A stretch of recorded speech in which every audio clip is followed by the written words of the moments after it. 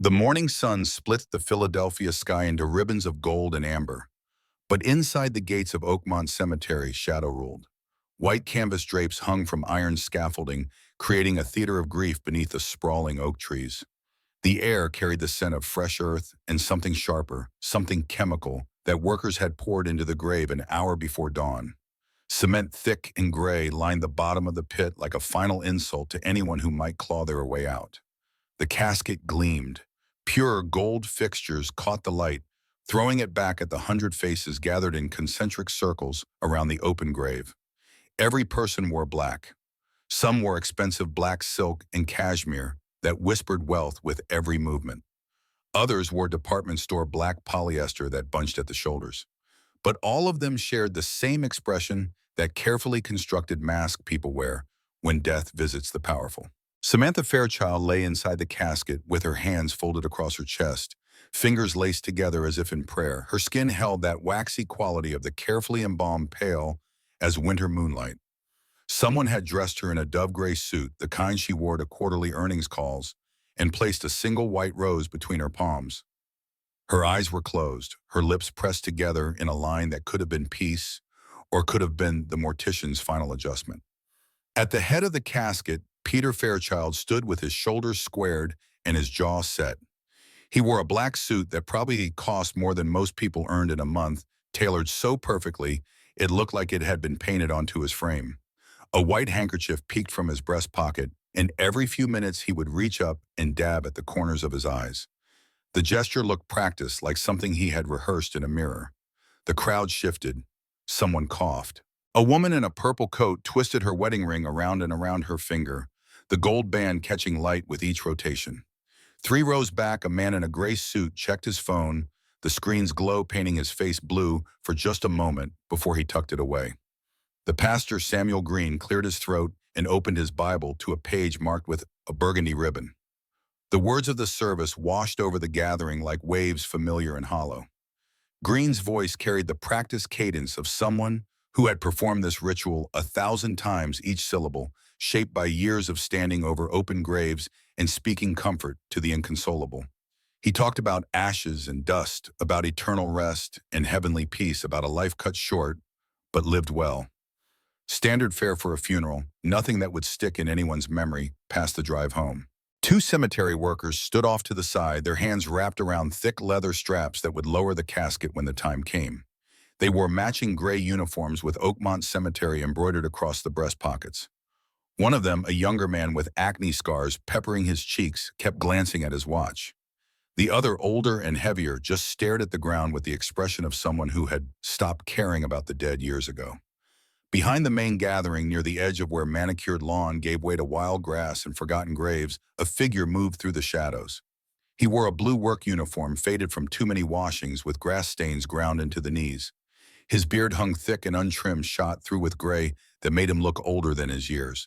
His hair curled over his collar, shaggy and unkempt. But his eyes, those were different. They burned with something that didn't match the rest of him, something bright and fierce and utterly awake. The name badge clipped to his chest read, Micah Dalton, Regional Manager, though the title was a joke. He managed nothing but mops and hedge trimmers, nothing but the endless work of keeping death tidy. His hands, calloused and scarred from years of hard labor, trembled as he gripped the handles of a wheelbarrow filled with tools. He had positioned himself at the back of the crowd, deliberately close enough to see but far enough that no one would notice him. Pastor Green's voice rose slightly, reaching for the emotional crescendo that every funeral required. He spoke about Samantha's legacy, about Vantage Tech Industries, and the thousands of jobs she had created, about her philanthropy and her vision. He called her a titan of industry, a pioneer, a woman who had shattered ceilings made of glass and steel. The crowd murmured approval. Several people nodded. Peter dabbed at his eyes again. Micah's chest tightened. His breath came shallow and quick, each inhale catching in his throat like he was drowning in air. His fingers went white around the wheelbarrow handles. Every muscle in his body coiled tight, ready to spring. He had spent the entire night rehearsing what he would say, how he would say it, but now that the moment approached, the words felt too big for his mouth. The pastor closed his Bible. The sound of the pages meeting echoed across the cemetery, final and absolute. He nodded to the 2 workers who stepped forward and began threading the leather straps under the casket. Metal scraped against metal. Someone in the crowd sobbed, a raw sound that cut through the morning stillness. Peter moved closer to the grave's edge, his jaw working as if he were grinding his teeth. The workers lifted. The casket rose 6 inches, then a foot, the straps groaning under the weight. Gold fixtures flashed in the sunlight. The white rose between Samantha's hands trembled slightly from the movement, its petals scattering drops of dew that caught the light like tears. The crowd pressed forward, everyone wanting to see this final moment, this last goodbye before Earth claimed what death had taken. Micah dropped the wheelbarrow. The tools inside clattered against each other, the sound like bones rattling in a box. He didn't care. His legs moved before his mind could catch up, carrying him forward through the crowd. People turned at the noise, confusion rippling across their faces.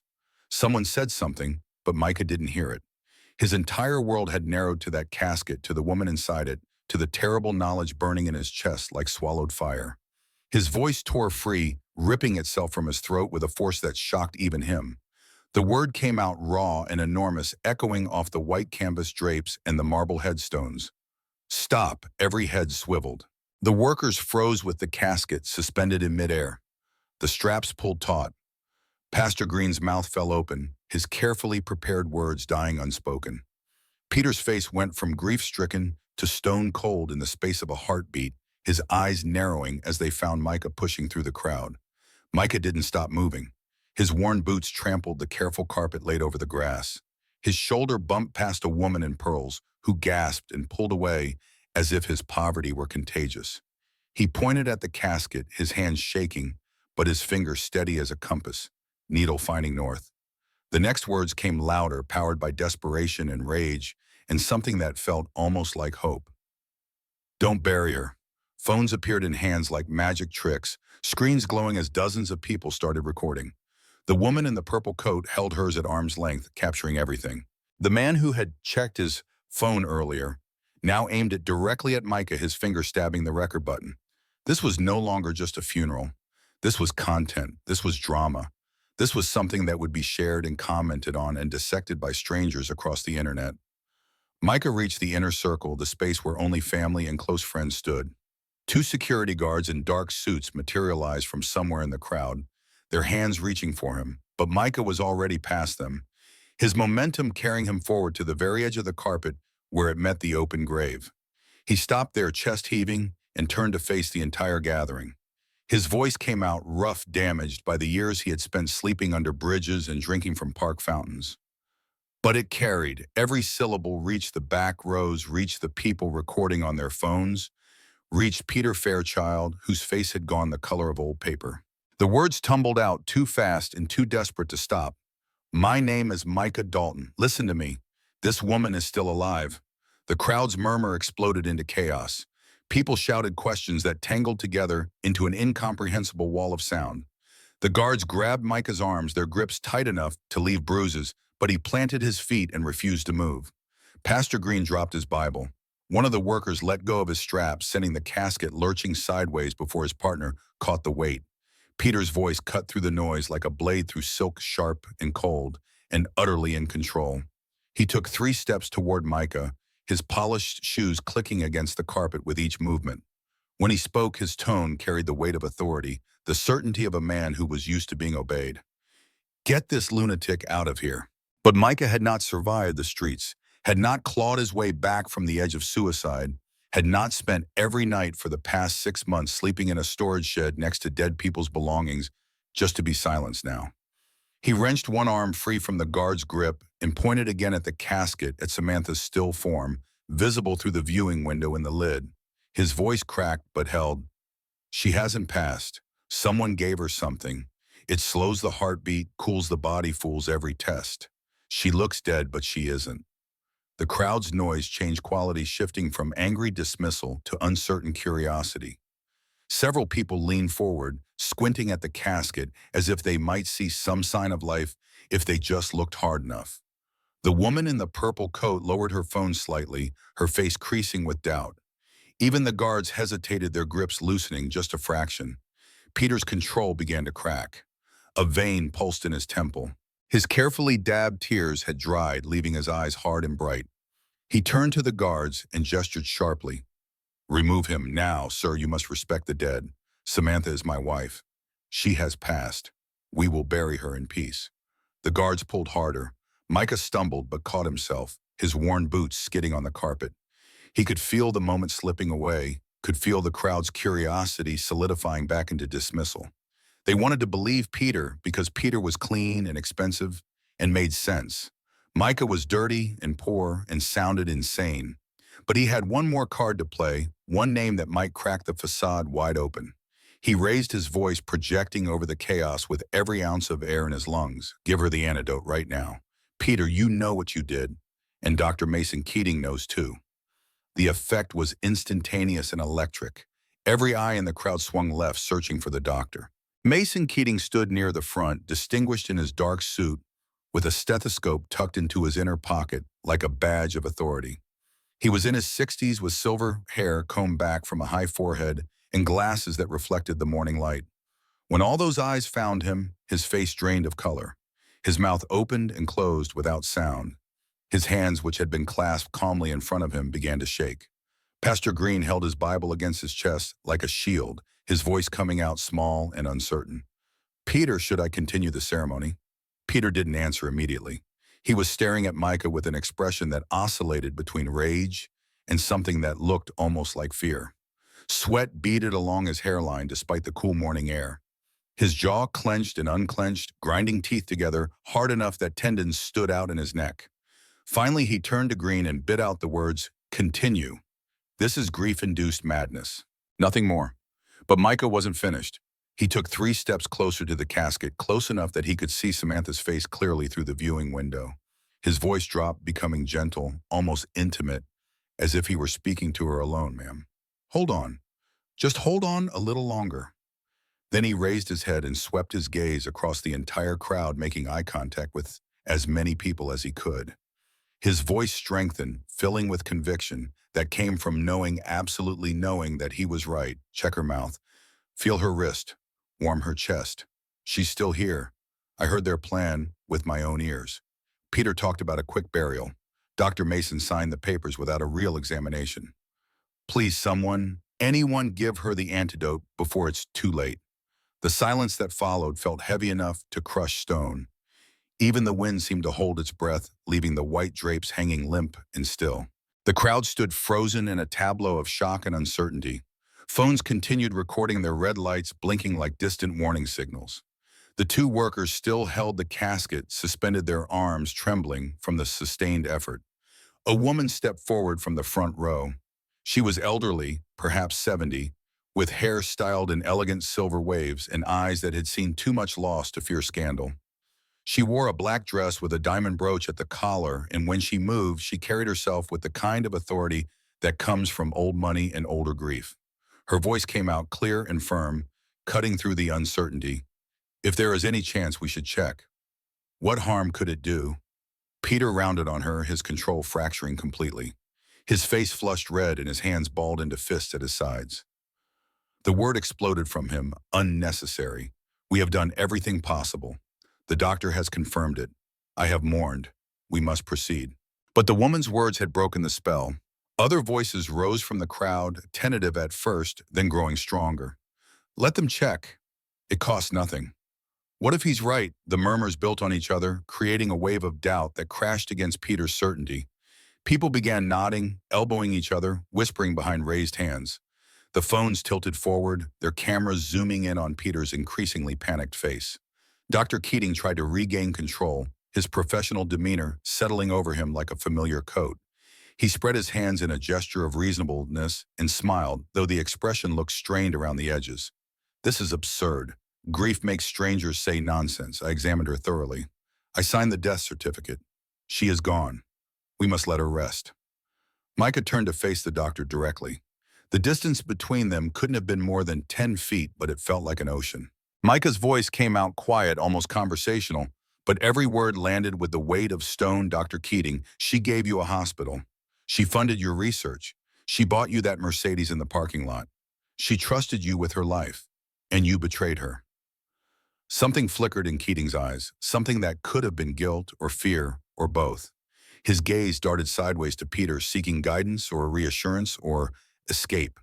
Peter gave the smallest shake of his head, a gesture so subtle that most people missed it. But Micah saw it, and several others saw it, and the phones caught it. The woman who had spoken before Samantha's Aunt Helen, as it would later be revealed, took another step forward. Her voice carried steel beneath its cultured tones. If you are so certain she is deceased, then checking will do no harm. Let this man try. If he is wrong, we proceed. If he is right, then God has granted us a miracle. Either way, we honor Samantha by being certain. The crowd's murmur transformed into something close to agreement. More people nodded. The security guards looked at Peter for direction, their hands still on Micah but no longer pulling. One of the workers, the younger one, set down his end of the casket's strap and stepped back, wiping his palms on his gray pants. Pastor Green clutched his Bible and said nothing, his face reflecting the terror of a man watching his carefully ordered world dissolve into chaos. Micah seized the moment. He knelt beside his abandoned wheelbarrow and pulled out his jacket, the worn denim one with patches at the elbows that he wore during cold nights. He folded it quickly into a makeshift cushion and held it up. Please, help me lift her just a little. She needs air. Then open her mouth. One drop, that's all it takes. One drop of the antidote and she'll breathe again. Peter lunged forward, his composure shattering like glass. His voice came out as a roar. Stop this now! This is desecration. This is madness. I will not allow it. But Aunt Helen moved faster. She positioned herself between Peter and the casket, her small frame somehow creating an impassable barrier. Her eyes flashed with something fierce and protective. You will stand down, Peter. This is my niece. If there is even the smallest possibility that she lives, we will explore it. Step aside. The crowd held its breath. Peter and Helen stared at each other, locked in a silent battle of wills. For a moment it seemed Peter might push past her, might do something violent and desperate. His hands twitched at his sides. His breathing came fast and ragged. But then he saw the phones, saw the dozens of cameras recording his every movement, and something in him deflated. He stepped back, his face settling into a mask of wounded dignity. Two women emerged from the crowd. One was young, perhaps 30, in a simple black dress with her hair pulled back.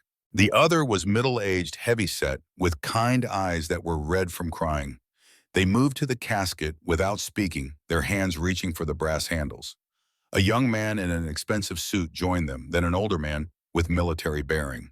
Together, they began to lift. The workers had already loosened the straps so the casket rose smoothly. They lifted it just high enough for Micah to slide the folded jacket underneath Samantha's neck, tilting her head back slightly. The movement was gentle, reverent, as if they were handling something infinitely precious and infinitely fragile. When they set the casket back down, Samantha's throat was exposed. Her head angled back in a position that would allow gravity to help if there was anything to help with. Up close, the truth became harder to ignore. Samantha's skin held no warmth, but neither did it have the cold rigidity of true death. Her lips, though colorless, had a softness to them that suggested recent life. Her eyelashes, long and dark against her pale cheeks, looked perfect, not brittle or falling out as they would after days in a morgue. And most damning of all, there were no visible signs of decay, no settling of the features, no sinking of the eyes into the skull. Micah leaned closer, his rough hands hovering over her face.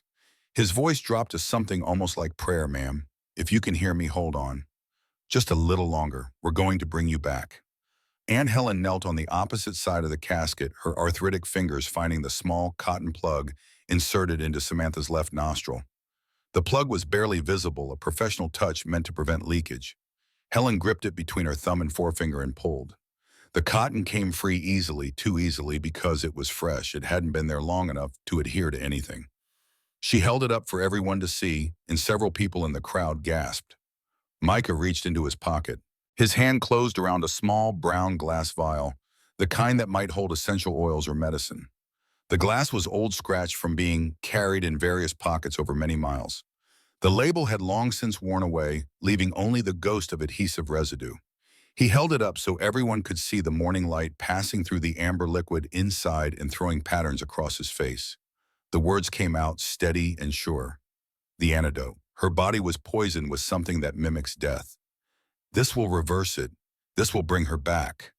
Peter lunged again, but three men from the crowd intercepted him. They didn't grab him roughly, but they formed a wall, their bodies creating a barrier between Peter and the casket. One of them, a heavy-set man with a salt and pepper beard, spoke quietly. Let him try. If it works, we'll know the truth. If it doesn't, we bury her as planned. But we have to know. Dr. Keating's voice rose high and strained. Don't. Don't put an unknown substance into her body. This is medical malpractice. This is assault. I protest this. Aunt Helen's voice cut through his objections like a blade through butter. If you are so certain she is dead, doctor, then this substance can do no harm to a corpse. Unless, of course, she isn't a corpse, in which case you have much to explain. Step back. The crowd pressed closer, forming a tight circle around the casket. Every eye fixed on the small vial in Micah's hand on the golden liquid inside that caught the light and seemed to glow. The phone zoomed in, capturing every detail. Someone in the back stood on a chair to see better. The wind picked up again, setting the white drapes to fluttering and carrying with it the smell of fresh grass and old death and something that might have been hope. Micah twisted the cap off the vial. His hands, which had been shaking throughout the entire confrontation, suddenly went steady. It was as if touching the vial had centered him, had reminded him of the purpose that brought him here. He tilted the bottle slightly, coating the glass dropper inside with the amber liquid. Then he lifted it free, holding it up to the light to check that the dropper held enough. Aunt Helen's fingers carefully parted Samantha's lips, revealing teeth that were still white, a tongue that was still pink. The young man who had helped lift the casket supported Samantha's shoulders, tilting her head back even further so her mouth opened wider. Everything moved in slow motion, each action deliberate and weighted with terrible importance. Micah positioned the dropper directly over Samantha's mouth. His hand didn't shake. His breath came slow and even. Around him, the entire cemetery seemed to have fallen into a supernatural silence, as if even the birds had stopped singing to watch. 100 people held their breath as one. 100 phones recorded the same moment from different angles. And in the distance, though no one noticed it yet, the first wail of police sirens began to echo off the city buildings. The first drop fell. It was small, just a single bead of amber liquid catching the sunlight as it descended. For a fraction of a second, it hung suspended in the air, impossibly slow, impossibly bright. Then it touched Samantha's tongue and disappeared into the darkness of her mouth. Nothing happened. Micah counted silently, his lips moving around the numbers. 1, 2, 3. The crowd leaned forward as one organism, every person straining to see some sign, some flicker of life. 4, 5. A cold wind swept through the cemetery, strong enough to set the white drapes snapping like sails. 6. Micah's hand began to tremble again. He lifted the dropper, preparing to release another drop. Peter's voice tore across the silence. Don't you dare. But Aunt Helen's arm shot out, blocking Peter's path with surprising strength. Stay where you are. Micah squeezed the dropper bulb. The second drop formed at the tip, growing larger, trembling at the edge of release. Everyone saw it building, saw it gathering mass and weight. The phones captured it in high definition, preserved it for the millions who would watch this moment over and over in the days to come. Time stretched like taffy, like honey, like the moment before lightning strikes. The drop fell, and in that infinite instant between the drop leaving the dropper and touching Samantha's tongue, something changed. A sound emerged from deep inside Samantha's chest, so faint that only those closest could hear it. It could have been wind moving through the casket's cushioning. It could have been someone's imagination. But it sounded exactly like a cough, like lungs remembering how to work, like death's grip loosening just a fraction. The drop hit. Samantha's throat convulsed. 15 years earlier, on a bright October morning in San Francisco, Samantha Chen walked into the offices of Nexus Computing with a leather portfolio under her arm and ambition burning in her chest like swallowed fire. She was 28 years old, fresh from business school, and convinced that she understood the future in a way that all these middle-aged men in their expensive suits simply didn't. The receptionist, a blonde woman with perfect nails, who looked at Samantha's discount suit with thinly veiled disdain, told her to wait in the lobby. Samantha waited for 3 hours. She sat in a chair that was designed to be uncomfortable, probably to discourage people from staying too long, and she watched executives flow past in a river of expensive fabric and entitled assumption. Most of them didn't even glance at her. Those who did see her seemed to look through her as if she were furniture or wallpaper, or some other forgettable part of the landscape. When her meeting finally happened, it lasted 7 minutes. The executive, whose name she would later forget, looked at her proposal without reading it and explained to her that the consumer technology sector was saturated. That innovation in computing was a pipe dream for people who didn't understand market realities. That she should consider a more traditional career path, maybe in marketing or human resources. He said all of this while checking his watch, his mind already somewhere else. Samantha walked out of Nexus Computing with her portfolio unopened and her ambition only slightly dented. She sat in her decade-old Honda Civic in the parking garage and made herself a promise. Someday, she thought, someday I'll build something so big that these people will remember turning me away. Someday they'll see my name and feel a sharp little pain in their chest knowing they could have been part of it. She gave herself 5 years. Actually, it took 6.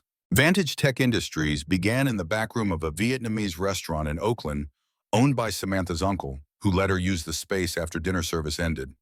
She worked from midnight to dawn, hunched over a borrowed laptop, living on leftover pho and black coffee. Her first employee was Rajesh Patel, a brilliant software architect who had been laid off from Oracle and couldn't find anyone else who would take a chance on him because he was 52 years old and the industry worshipped youth. They built their first prototype in 7 months. It was a cloud-based collaboration platform that made existing tools look as antiquated as telegraph machines. Samantha mortgaged her parents' house to fund production, a decision that caused her mother to stop speaking to her for a year. But the platform worked. More than worked, it sang. Within 6 months of launch, Vantage Tech had 200 corporate clients. Within a year, they had satellite offices in 4 cities. Within 2 years, they went public. Samantha Chen became Samantha Chen CEO, and then Samantha Chen billionaire, and then just Samantha, one name said, with the kind of reverence usually reserved for religious figures. Forbes put her on their cover with the headline, "The Future Wears a Smile."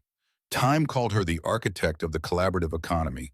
Wired declared her the most important technologist since Steve Jobs, which was hyperbolic, but felt good to read. Success came with its own gravity pulling people into her orbit. Investors threw money at her. Developers fought for the chance to work in her offices. Industry veterans who had once ignored her now called her on her personal line, asking for meetings, asking for advice, asking to be part of whatever she built next. She hired aggressively expanding Vantage Tech from a scrappy startup into an empire that spanned 3 continents.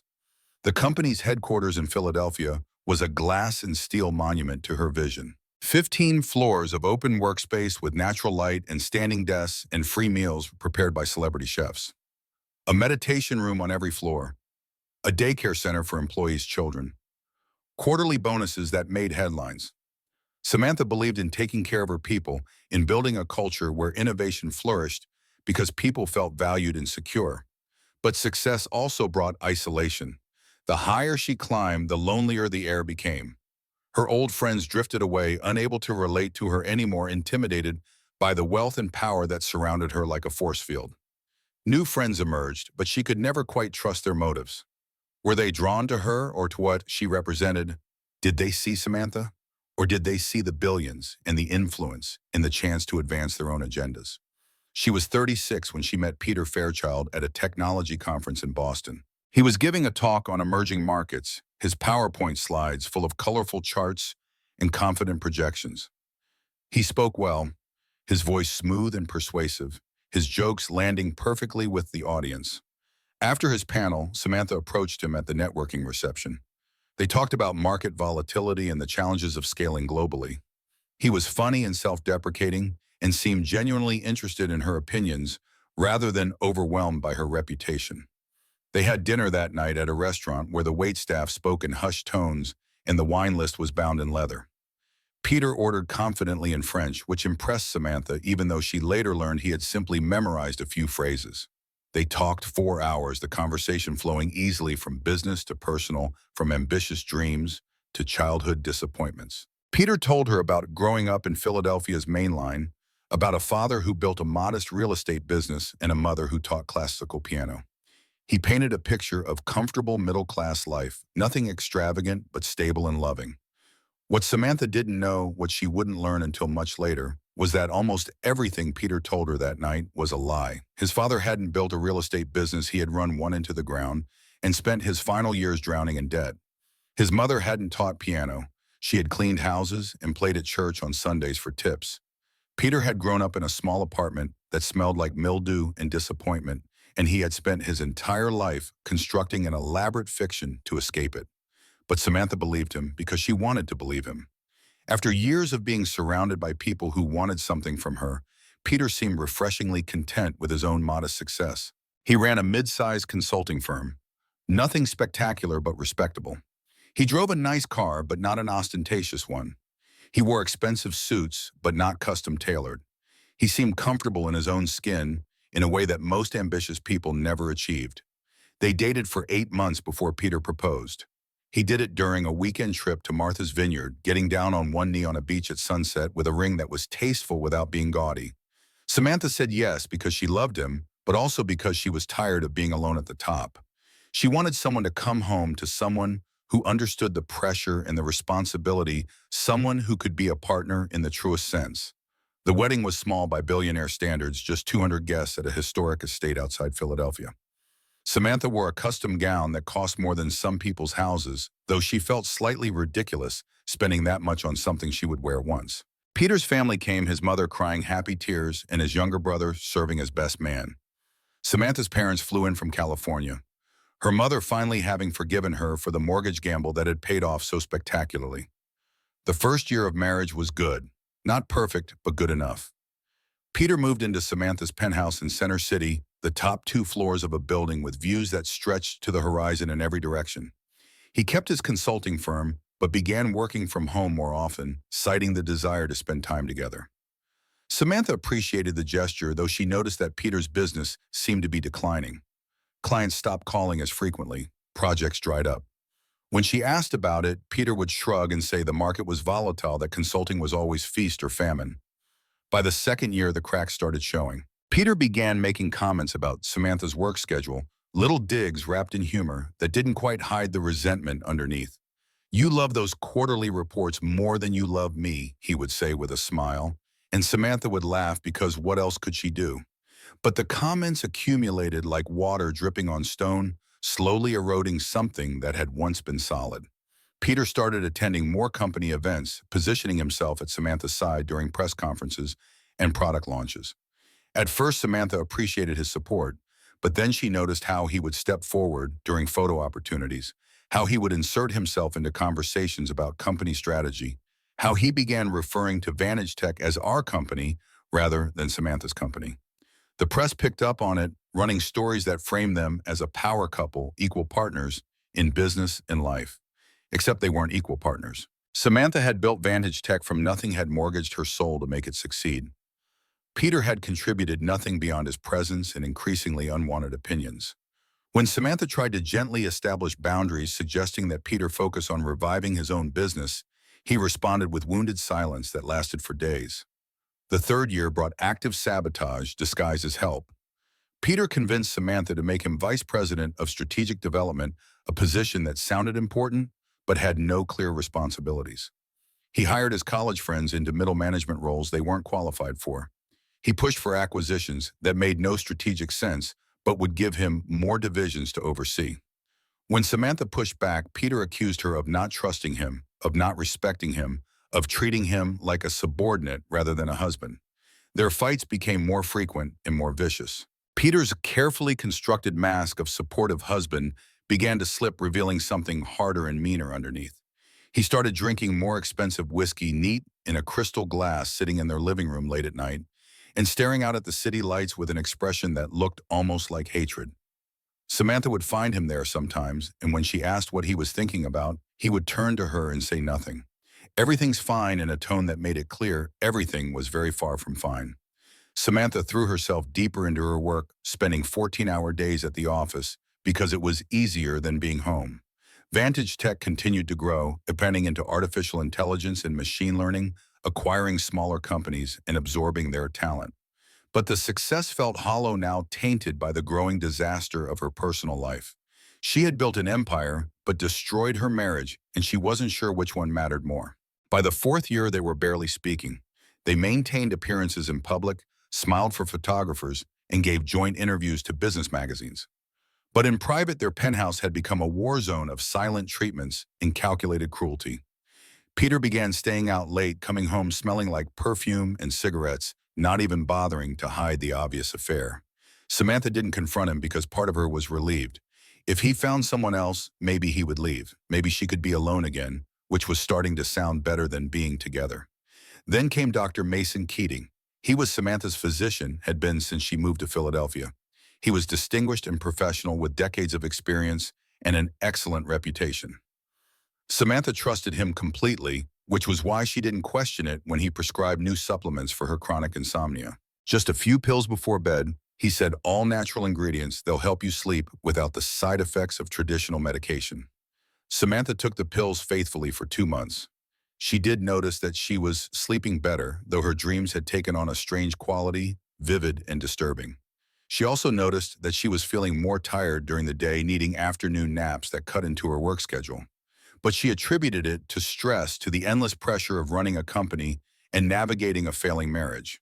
What Samantha didn't know was that the pills contained a carefully calibrated dose of a compound that accumulated in the body over time.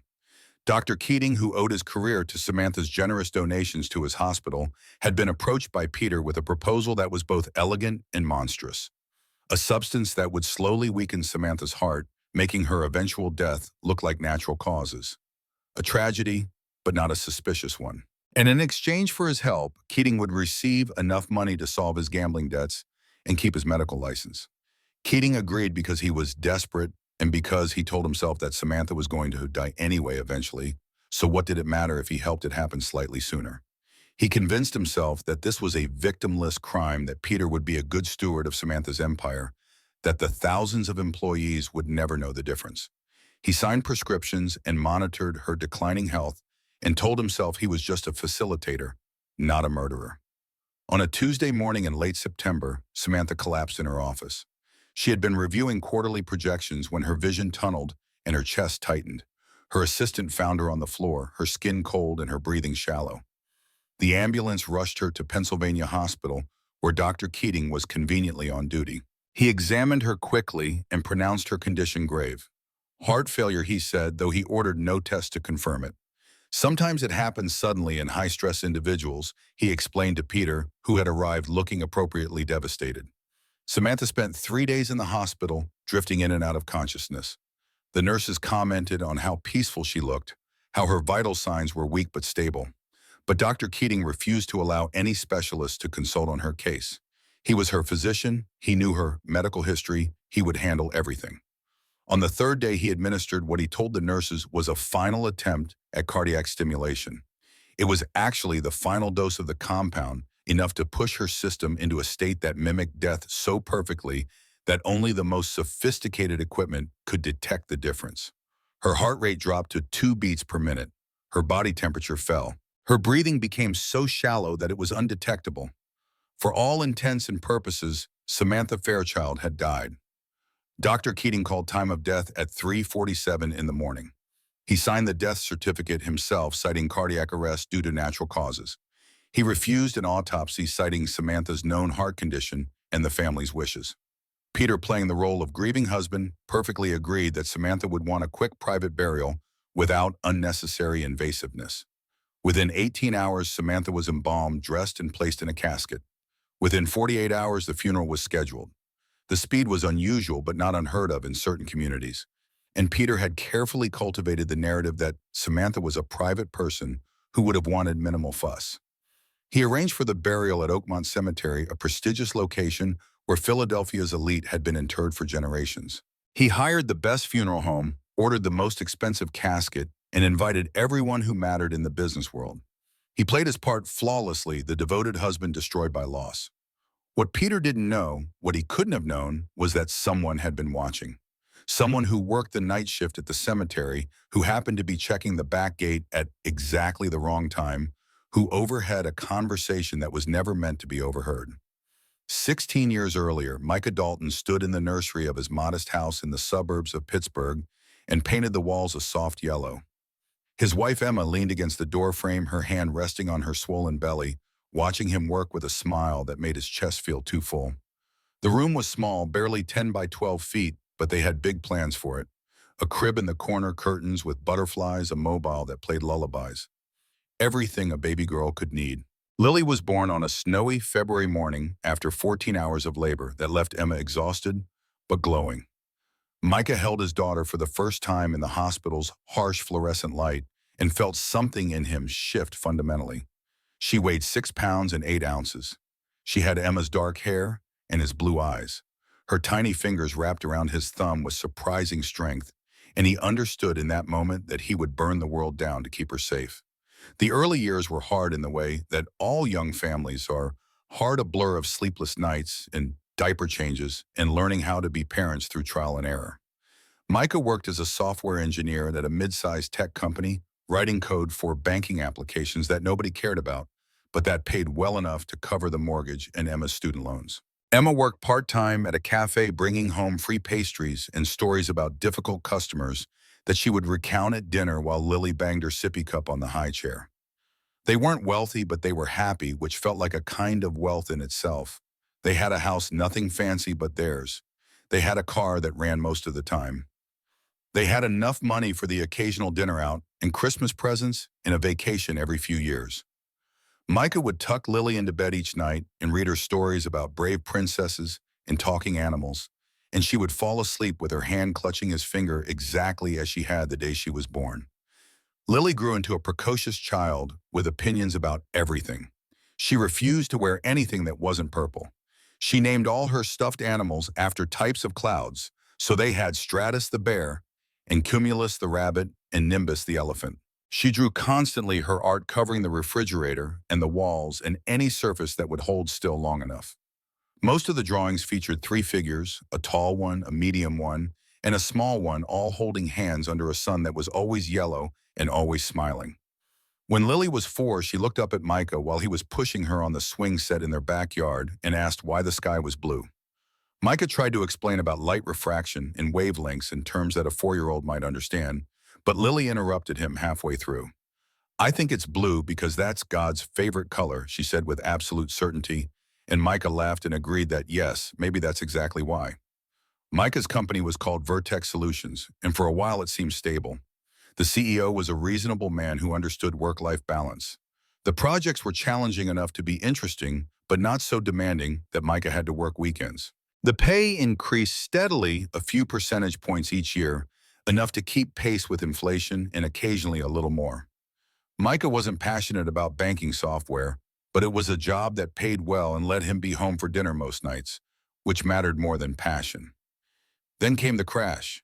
Not the big crash that everyone remembers, the one that took down investment banks and required government bailouts, but a smaller crash that flew under the national radar while destroying individual lives with surgical precision. Vertex Solutions had diversified into cryptocurrency consulting right before the bottom fell out of the market.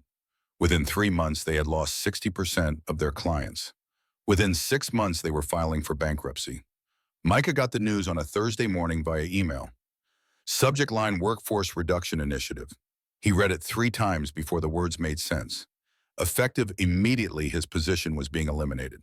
He would receive 2 weeks of severance pay and COBRA insurance for 3 months. HR would be in touch regarding his final paycheck and the return of company property. The email was signed by someone in corporate whose name Micah didn't recognize. He sat in his cubicle for 20 minutes staring at his monitor. Around him, other people were having similar reactions, some crying quietly, others making angry phone calls, a few already packing their personal effects into cardboard boxes. Micah's first thought was absurdly practical. How would he explain this to Lily? His second thought was darker. How would he pay the mortgage? Emma took the news better than he expected, her optimism a buoy in the sudden storm. "You'll find something else," she said while stirring pasta sauce at the stove. "You're talented and experienced. Companies are always looking for good engineers. In the meantime, I'll pick up extra shifts at the cafe." "We'll be okay." Micah wanted to believe her. He spent the next 3 months believing her, sending out resumes to every company within 100 miles that had any technology opening. He applied to positions he was overqualified for and positions he was underqualified for, tailoring his cover letter each time, obsessively checking his email for responses that almost never came. The few interviews he did get were brutal. Companies wanted younger engineers, people fresh out of college, who would work for less money and didn't have families or mortgages or any of the other complications that came with being 41 years old. The interviewers would look at his resume and nod politely and ask questions about his experience. But Micah could see it in their eyes. He was too old, too expensive, too desperate. They were just going through the motions before hiring someone else. The mortgage payments came due each month with mechanical inevitability. Micah paid the first month with his severance. The second month came from their savings. By the third month, they were dipping into the emergency fund they had built up over years, watching it evaporate with terrifying speed. Emma picked up a second part-time job at a grocery store, working early morning shifts. That meant she left the house at 5 and came home exhausted. Micah took over all the cooking and childcare, trying to maintain some semblance of normalcy for Lily, who was too young to understand why her parents were always stressed. The bills piled up. First the credit cards, their interest rates climbing as minimum payments fell behind. Then the utilities, the electric companies sending warning notices in red ink. The car payment, the insurance, the student loans that Emma had been chipping away at for a decade. Every month the pile grew higher, and every month Micah sent out more resumes that disappeared into the void. Lily started asking questions. Why couldn't they go to the movies anymore? Why didn't they have dessert after dinner? Why did mommy cry in the bathroom when she thought no one was listening? Micah tried to shield her from the worst of it, making up games about being pirates who had to be creative with limited supplies, telling her that simple meals were an adventure. But Lily was smart, and she knew something was wrong, even if she couldn't articulate what.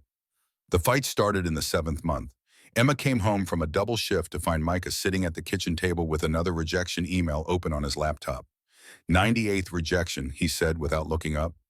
Emma set down her purse with more force than necessary. Have you tried calling people directly instead of just sending emails?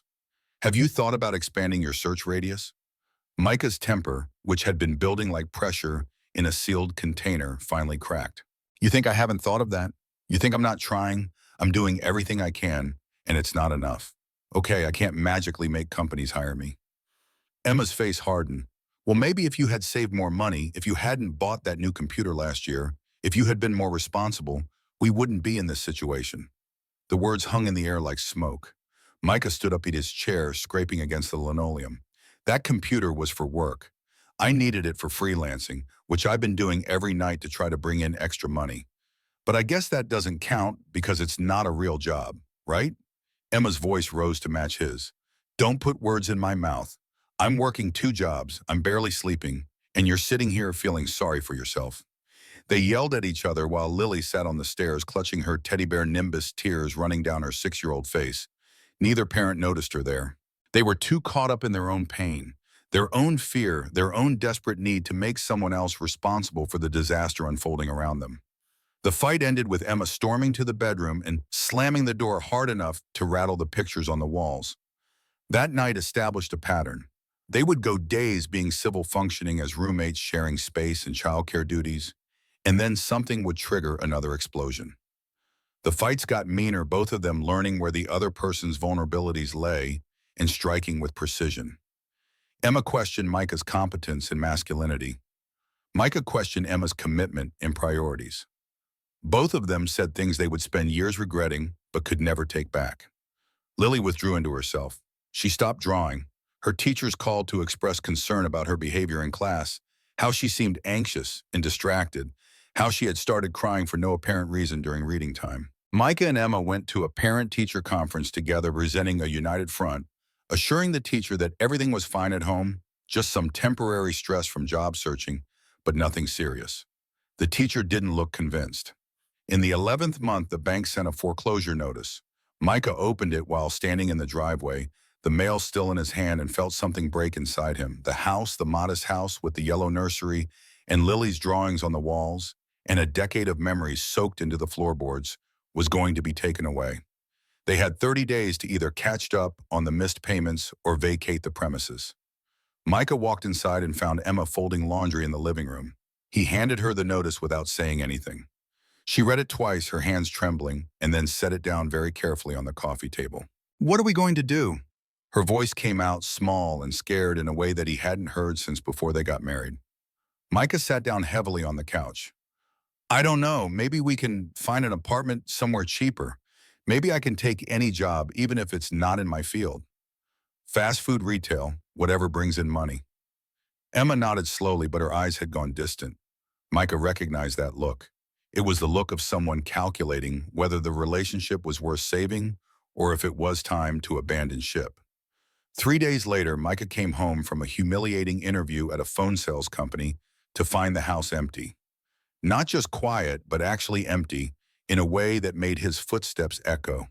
Emma's clothes were gone from the closet. Lily's stuffed animals and books had vanished from her room. The family pictures that had lined the hallway were missing, leaving clean rectangles on the wall where dust hadn't settled. On the kitchen counter, weighted down by Lily's favorite mug, the purple one with clouds painted on the side, was a piece of notebook paper. Micah's hands shook as he picked it up. Emma's handwriting, usually so neat, looked jagged and rushed. The words blurred as his eyes filled with tears, but he forced himself to read them. Micah, I can't do this anymore. I've tried. God knows I've tried. But I'm exhausted and scared, and I can't watch our daughter grow up in this chaos. You're not a bad person. You're not even a bad husband, not really. But you've given up. I can see it in your eyes.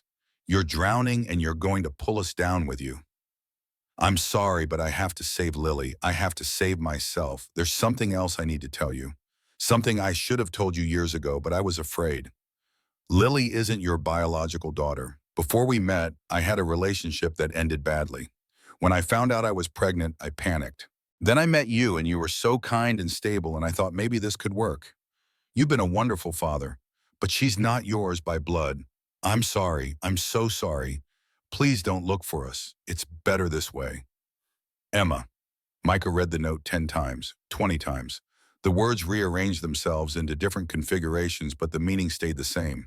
Emma was gone. Lily was gone. And the little girl he had held in the hospital, the child whose hand had gripped his thumb, with such trust, the daughter he had read bedtime stories to for 6 years, wasn't his daughter at all. He collapsed onto the kitchen floor and screamed. The sound came from somewhere deep and primal, the kind of sound that humans make when everything that matters has been taken away.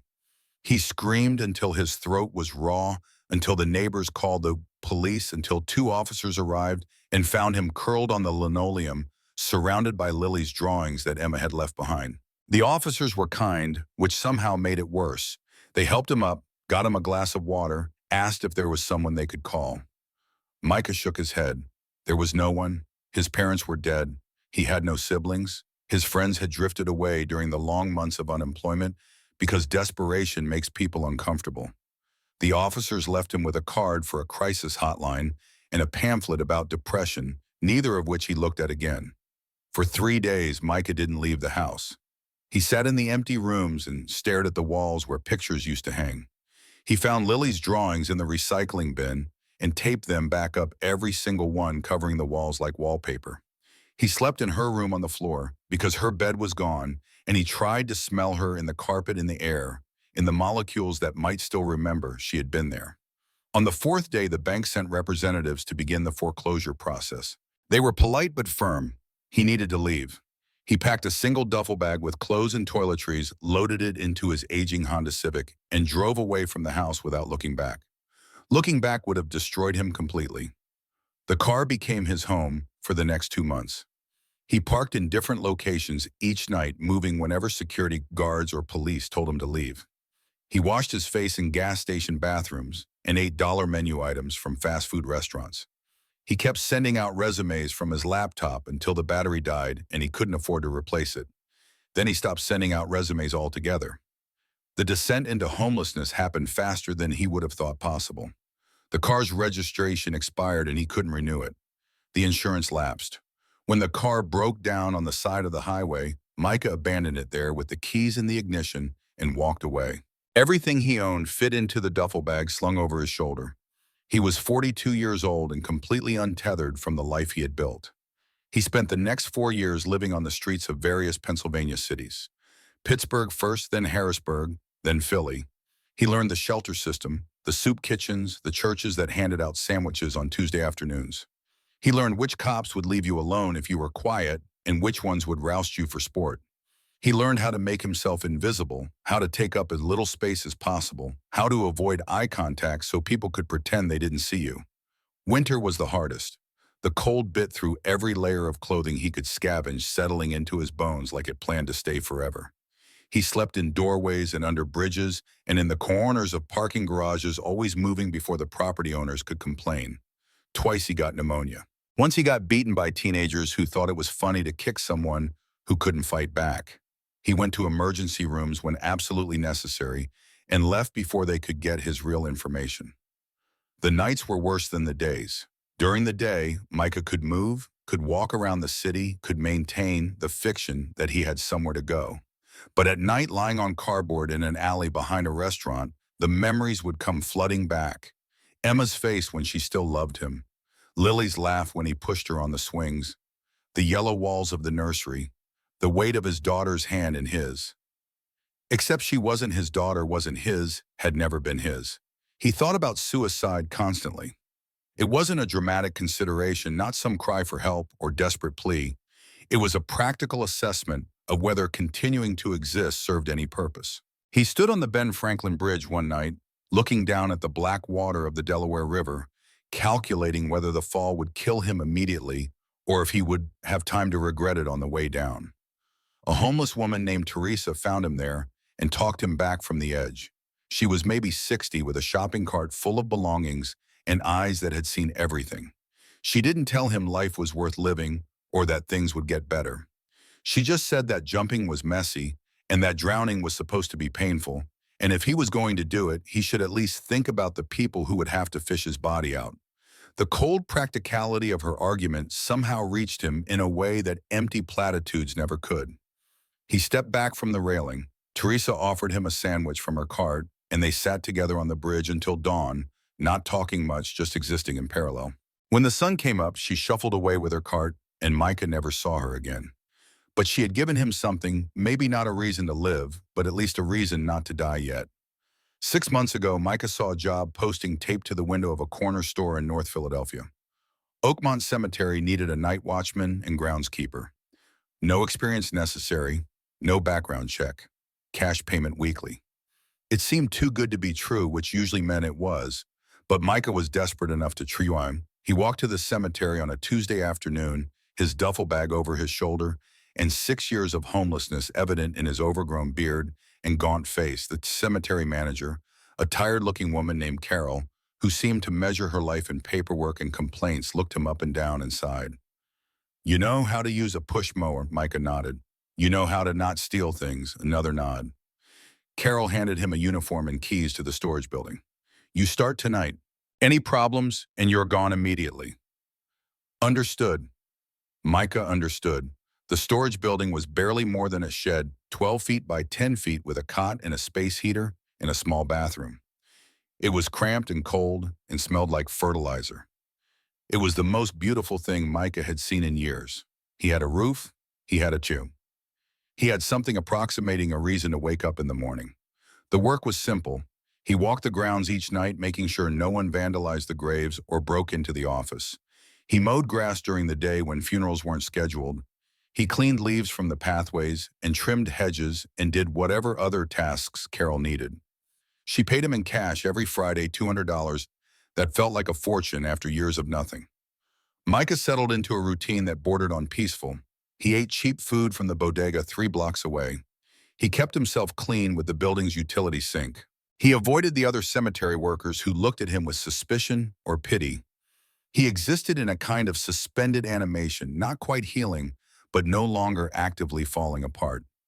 He still thought about Emma and Lily, but the thoughts had lost their sharp edges. The memories played out like scenes from someone else's life, distant and detached. He wondered sometimes where they were, if Lily still drew pictures, if she remembered him at all. He wondered if Emma had found someone stable to give them the life he couldn't. He hoped she had. That hope was the closest thing to grace he could manage. 3 weeks ago, Micah saw a woman arrive at the cemetery offices in a black Mercedes. She wore an expensive coat and sunglasses despite the overcast weather, and she moved with the kind of confidence that comes from never having had to worry about money. Micah was trimming the hedge near the parking lot, trying to be invisible, as always. but he watched her enter the building and emerge 20 minutes later with paperwork. She walked past him on the way to her car. She didn't look at him, didn't acknowledge his existence. But Micah saw her face and something in his chest twisted painfully. She was maybe 40, beautiful in the way as successful people are beautiful, with good skin and better posture and an aura of command. She looked the way Emma might look now if life had been kinder, if choices had been different, if everything hadn't fallen apart. The woman drove away, and Micah stood there with his hedge trimmers hanging useless in his hands, breathing hard, his vision blurring. He realized with sudden clarity that he had never actually grieved.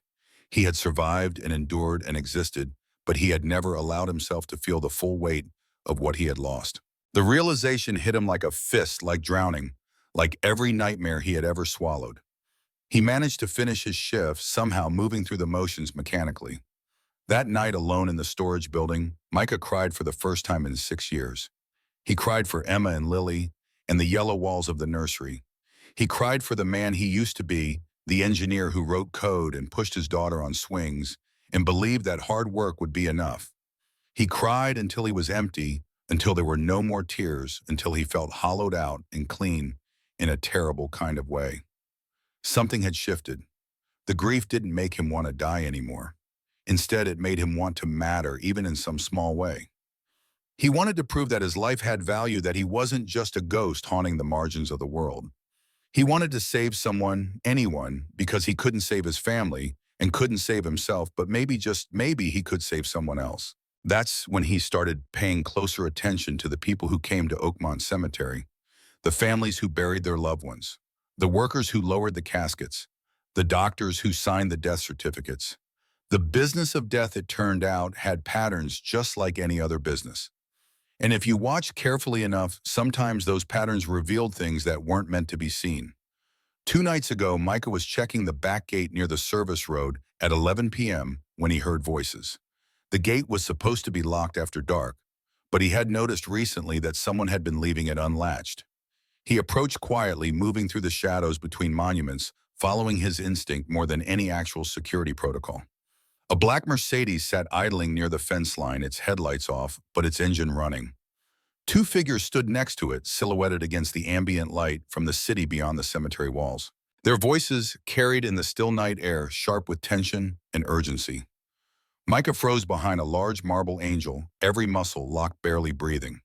The first voice belonged to a man educated and angry. He spoke with the clipped precision of someone trying to control a situation that was spiraling. The drug worked.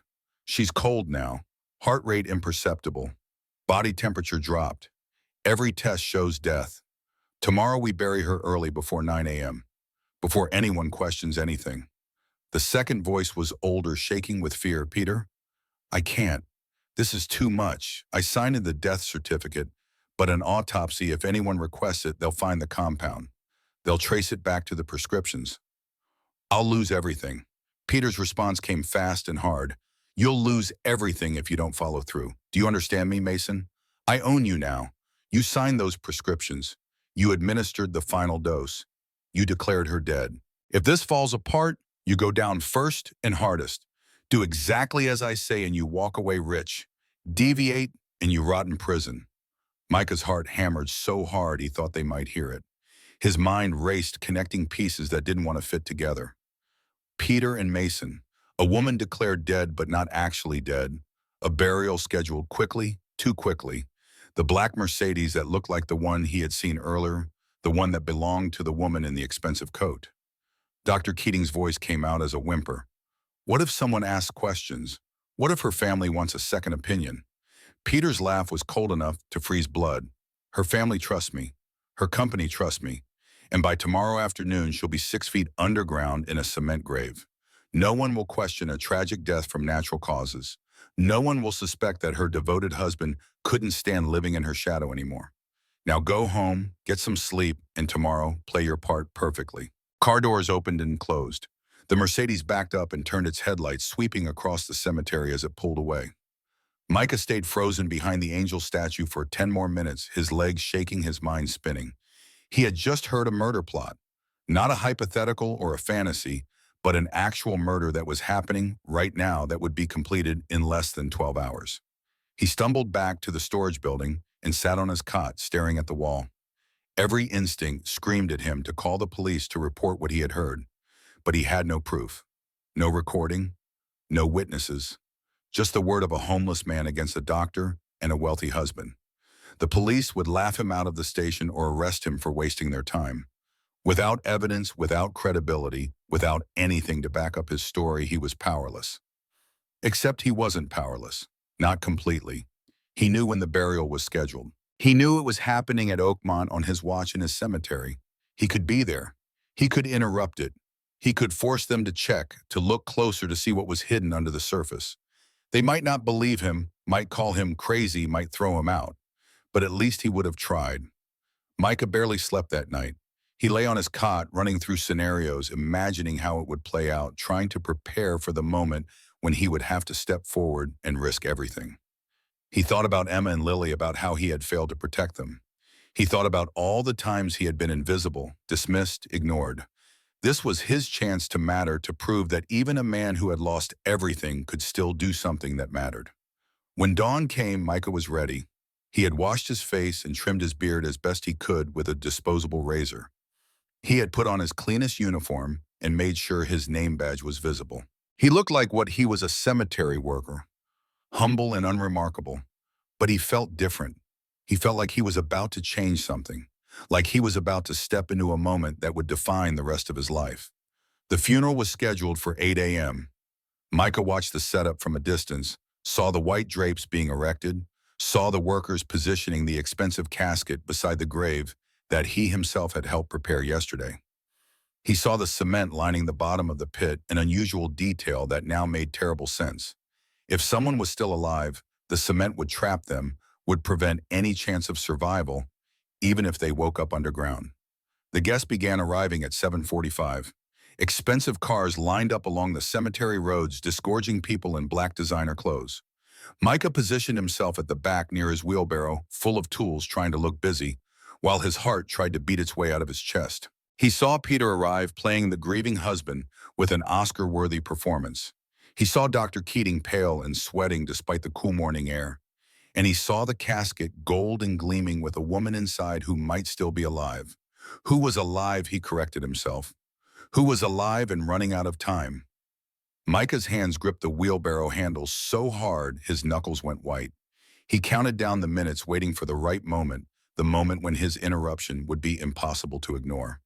The ceremony began. The pastor droned through familiar prayers. The crowd settled into the uncomfortable anticipation of watching a casket be lowered into the ground. And Micah felt something shift in the air, some cosmic alignment of chance and choice in desperate need. This was the moment. This was his moment. He would either save her or fail spectacularly, but he could not stay silent. He dropped the wheelbarrow and started walking forward, and the rest was chaos and hope, and a voice tearing itself free from 6 years of silence. The crowd turned. The phones started recording. And Micah Dalton, nobody from nowhere, stepped into the light and said the words that would change everything. "Stop. Don't bury her. She's not dead." Samantha's eyes snapped open. The crowd gasped as one organism, a collective inhale that sucked the air from the cemetery. Her irises, dark brown and dilated, rolled wildly before focusing on the canvas ceiling above her. Her chest heaved upward with a ragged breath that sounded like ripping fabric. The white rose between her hands tumbled onto the satin lining of the casket as her fingers uncurled, trembling, reaching for something that wasn't there. Aunt Helen sobbed openly, her carefully maintained composure shattering like porcelain dropped on concrete. The woman in the purple coat fell to her knees, her phone clattering onto the carpet as her hands came together in frantic prayer. A man in the third row vomited into the grass, the sound wet and horrified. Phones captured everything, dozens of angles, recording the moment a dead woman clawed her way back to life. Samantha's lips parted and a sound emerged, raw and broken. Her vocal cords hadn't been used in days, and the word came out mangled, barely recognizable as human speech. But Micah heard it clearly. "Help." He leaned over the casket, his rough hands gentle as he supported her head. His voice shook but held steady. "You're safe now, ma'am. You're safe. We've got you."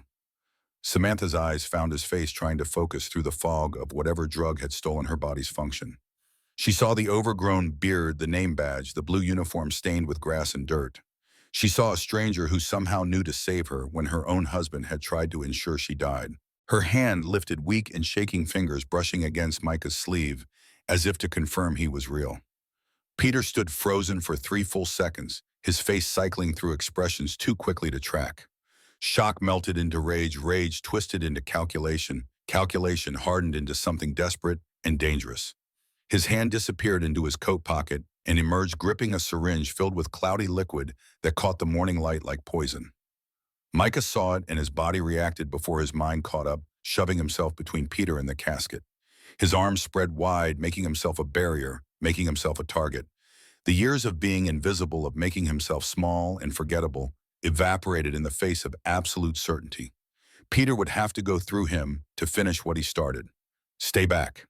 Micah's voice came out low and dangerous, a sound he didn't recognize as his own. Stay the hell away from her. Peter's mask cracked completely. The devoted husband disappeared, replaced by something feral and cornered. He lunged forward, the syringe raised like a weapon, his face contorted with fury that bordered on madness. She belongs in the ground, he screamed, spittle flying from his lips. She was supposed to stay dead. Everything was supposed to be mine. 2 men in dark suits intercepted him before the syringe could find a target. They grabbed his arms, wrestling him backward as Peter thrashed like an animal caught in a trap. The syringe flew from his grip, arcing through the air before landing in the grass with a small thud. Peter's screams escalated into incoherence, in pretense of sanity, abandoned. No, no, she has to die. Don't you understand? I can't go back to nothing. I won't go back. More hands joined the effort to restrain him. The security guards who had earlier tried to remove Micah now pinned Peter to the ground, pressing his face into the carpet while his legs kicked uselessly. His expensive suit bunched and tore. His carefully styled hair fell across his forehead in sweaty strands. The transformation from grieving husband to exposed criminal took less than 30 seconds. Dr. Keating tried to run. He turned and pushed through the crowd, his expensive shoes slipping on the damp grass as he sprinted toward the parking area. But Aunt Helen had been watching him, had seen the guilt written across his face from the moment Samantha's throat first twitched. She stuck out her leg with perfect timing. Keating went down hard, his arms pinwheeling as he lost balance. He crashed face first into a marble headstone, the impact producing a sound like a hammer hitting meat. Blood streamed from his nose as he pushed himself up, dazed and whimpering. 2 younger men from the crowd tackled him before he could regain his footing, dragging him back toward the gathering with his arms twisted behind his back. The pastor stood clutching his Bible with both hands, his mouth opening and closing like a fish drowning in air. Around him, chaos reigned. People shouted over each other, their voices creating a wall of sound that made comprehension impossible. Some rushed toward the casket to help Samantha. Others backed away, afraid or disgusted or simply overwhelmed. The phones never stopped recording their red lights, blinking like mechanical witnesses that would remember everything. Samantha tried to sit up, but her muscles wouldn't cooperate properly. The drug had left her body weak and uncoordinated, her nervous system still rebooting after days of artificial hibernation. Micah supported her shoulders while Aunt Helen worked to remove the viewing window from the casket lid, giving Samantha more room to breathe. The young man in the expensive suit appeared with a bottle of water, unscrewing the cap with shaking hands. Peter continued screaming from his position on the ground, his voice muffled by the carpet pressed against his mouth. I loved her, and she destroyed me. Everything I did was for us. She never saw me. She only saw her empire, her precious company. I was just decoration, just the husband who smiled at parties. I deserve more. I earned more. The crowd went silent at his words, the confession ringing through the cemetery like a bell announcing judgment. Phones tilted closer, zooming in on Peter's contorted face. The woman in the purple coat picked up her phone from where she had dropped it, her hand steadying as she captured Peter's complete psychological collapse. This wasn't just footage of an interrupted funeral anymore. This was evidence of attempted murder confession and the unraveling of a man who had hidden his true self behind expensive suits and practiced grief. Samantha's voice emerged stronger, each word clearer than the last, despite the hoarseness. She stared across the distance, separating her from Peter, her eyes burning with betrayal that cut deeper than any physical wound. You were my husband. I trusted you with everything. What did I ever do to deserve this? Peter's laughter came out strangled and bitter. You existed. You succeeded. You had everything, and you never thought about what that meant for me. Standing next to you was like standing next to the sun. Everyone looked at you, and I disappeared. Do you know what that's like being invisible in your own marriage? Being introduced as Samantha Fairchild's husband instead of Peter Fairchild, his own person. The sirens Micah had heard earlier grew louder. Multiple vehicles approaching fast. Red and blue lights flickered through the trees at the cemetery's entrance, painting the white drapes in alternating colors. 4 police cruisers raced down the narrow cemetery road, their tires throwing up gravel. Officers emerged before the cars fully stopped, hands on their weapons, taking in the scene with quick professional assessment. The lead officer, a woman in her 40s with steel gray hair, pulled back in a tight bun, approached with her badge held high. Philadelphia Police. Everyone stepped back from the civilians on the ground. Her eyes swept the gathering, cataloging the casket with its living occupant, the man restrained on the carpet, the doctor bleeding from his broken nose. Someone want to explain what's happening here? Aunt Helen stepped forward, her voice carrying the authority of old money and moral certainty. Officer, my niece, Samantha Fairchild, was declared dead 3 days ago. Her husband and her doctor conspired to poison her with a substance that mimicked death. They planned to bury her alive this morning. This man, she gestured to Micah, overheard their plan and saved her life. We have witnesses, recordings, and physical evidence. She pointed to the syringe lying in the grass. That contains the same poison they used. The officer's expression shifted from skepticism to sharp focus. She radioed for backup and EMTs, her words clipped and efficient. Then she approached the casket where Samantha lay, supported by Micah and several mourners. Ma'am, are you able to speak? Can you confirm what happened to you? Samantha's voice shook, but her words came clear. My husband poisoned me. My doctor helped him. They declared me dead and planned to bury me before anyone could question it. If this man hadn't intervened, she turned her gaze to Micah, I would have woken up in the ground. If I woke up at all. The officer's jaw tightened. She turned to her colleagues, arrest both men. Charges include attempted murder, conspiracy, medical malpractice, and fraud. Read them their rights, get statements from everyone here, and someone collect that syringe as evidence. 2 officers hauled Peter to his feet. His struggles had exhausted him, and he hung between them like a puppet with cut strings. They recited his Miranda rights while he muttered incoherently about empires and shadows and justice. The fight had drained out of him, replaced by hollow-eyed shock as he seemed to finally understand the magnitude of what he had lost. Dr. Keating didn't resist when they cuffed him. Blood still dripped from his nose onto his dress shirt, creating dark stains that spread like accusations. His voice came out thick and nasal. I want a lawyer. I'm not saying anything without a lawyer. But his eyes told a different story, filled with regret and terror, and the dawning realization that his comfortable life had just evaporated. Ambulances arrived minutes later, their EMTs rushing toward the casket with equipment and urgent questions. They checked Samantha's vitals, shining lights in her eyes and wrapping a blood pressure cuff around her arm. One of them, a young woman with kind eyes, spoke gently. Ma'am, we need to transport you to the hospital. Whatever was in your system needs to be identified and treated properly. Can you tell me how you're feeling? Samantha's response came with surprising firmness, weak but coherent. My thinking is clear, even if my body isn't cooperating yet. I want a full toxicology screen. I want every test documented, and I want samples preserved as evidence. The EMT nodded, impressed by Samantha's presence of mind despite her ordeal. They transferred her carefully from the casket to a gurney, securing straps across her body while maintaining her dignity with blankets and gentle handling. Aunt Helen climbed into the ambulance without asking permission, gripping Samantha's hand like she might disappear if contact broke. Before the ambulance doors closed, Samantha turned her head toward Micah, who stood apart from the crowd, forgotten again, now that the crisis had passed. Her voice cut through the chaos. You, don't leave. I need to know who you are. I need to thank you properly. Micah nodded, unable to speak past the lump in his throat. The ambulance doors slammed shut, and the vehicle pulled away, its siren wailing as it navigated between the parked cars and shocked mourners. Micah watched it disappear around a curve in the cemetery road, feeling the adrenaline that had sustained him finally beginning to ebb. The lead officer approached him, her notepad open and pen poised. Your name and how you came to be involved in this situation. Micah Dalton, I work here as night security and groundskeeper. 2 nights ago, I overheard Peter Fairchild and Dr. Keating discussing their plan near the back gate. They didn't know I was there. He recounted everything he had heard, each word carefully chosen and delivered with the weight of truth. The officer wrote quickly, occasionally asking clarifying questions. Around them, other officers took statements from the stunned mourners. Phones were collected as evidence, their recordings preserved and logged.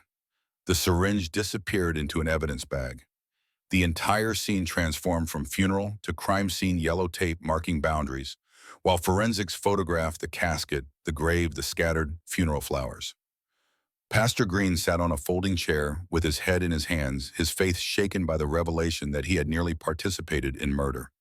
The cemetery workers huddled together, speaking in low voices about how they had helped position a casket that held a living woman. The guests drifted in small groups toward their cars, shell-shocked and eager to leave, but trapped by the police who needed everyone's information. The woman in the purple coat approached Micah, her phone still in her hand but no longer recording. "I'm Diane Reeves, investigative journalist for the Philadelphia Inquirer. I was here covering what I thought would be a society funeral. Instead, I just witnessed the story of the year." She extended her card with fingers that still trembled slightly. "When you're ready to talk, please call me. The city deserves to know what you did." Micah took the card but said nothing.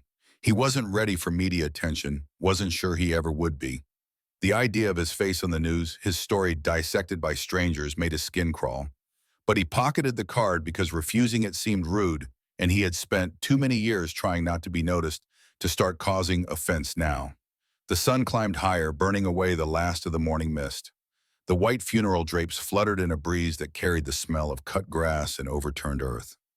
Oakmont Cemetery had seen a lot of death over its 100-year history, but it had never witnessed a resurrection quite like this. 3 weeks later, the preliminary hearing packed the Philadelphia Municipal Courthouse to capacity. Every seat was filled, every inch of standing room claimed by reporters, curious citizens, and legal observers who recognized this case as something extraordinary. Outside, protesters held signs, "Justice for Samantha," and locked them up. News vans lined the street, their satellite dishes pointed skyward like mechanical flowers seeking sun. Samantha entered through a side door to avoid the crowd, flanked by Aunt Helen and her security detail. She had recovered her strength over the weeks of hospital care and intensive therapy.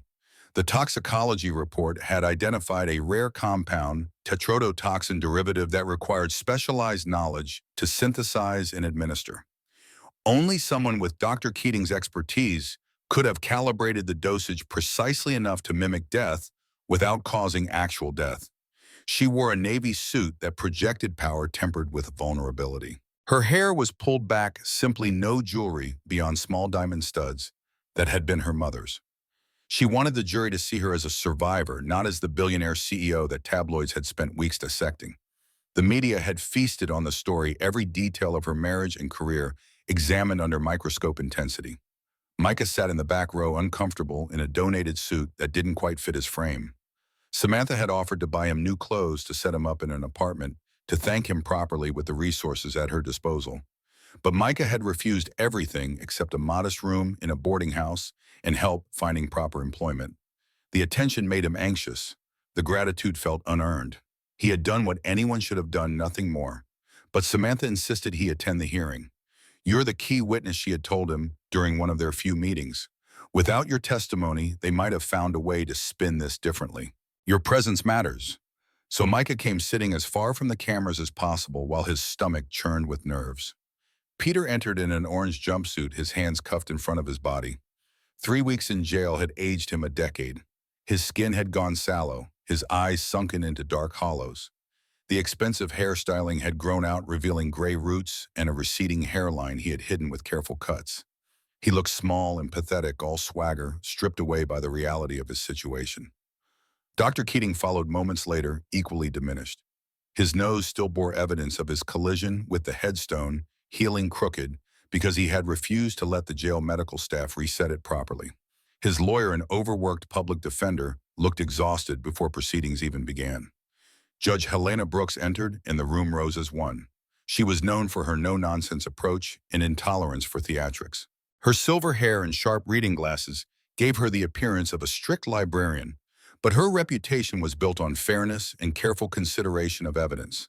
She settled into her chair and surveyed the packed courtroom with an expression that suggested she had seen everything and was impressed by nothing. The prosecution's opening statement laid out the case with surgical precision. Peter Fairchild, consumed by resentment of his wife's success, had conspired with Dr. Mason Keating to murder Samantha Fairchild and disguise it as natural death.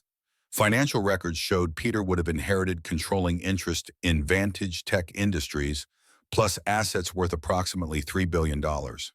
Keating had been promised $5 million and protection for his gambling debts that had spiraled out of control. The prosecutor, a sharp woman named Rachel Chen, presented evidence methodically. Financial transfers between Peter and Keating's offshore accounts. Text messages discussing timing and dosage. Security footage of Peter purchasing unusual chemical compounds through dark web vendors. And most damning, the recording from Diane Reeves's phone that captured Peter's breakdown at the funeral, his screamed confession that everything was supposed to be his. The defense tried to paint Peter as a man driven to temporary insanity by the stress of an unbalanced marriage. Their psychiatrist testified about the psychological impact of living in a spouse's shadow, about how resentment could build until rational thought collapsed. But the premeditation was too clear, the planning too detailed. This wasn't a crime of passion. This was calculated murder stretched over months of careful preparation. Micah took the stand on the hearing's second day. The prosecutor guided him through his testimony with gentle questions, establishing his employment at the cemetery and the events of that night 2 weeks ago. Micah spoke clearly, his rough voice carrying through the courtroom's excellent acoustics. He described the overheard conversation, repeated the words as he remembered them, explained why he had chosen to act rather than simply call the police.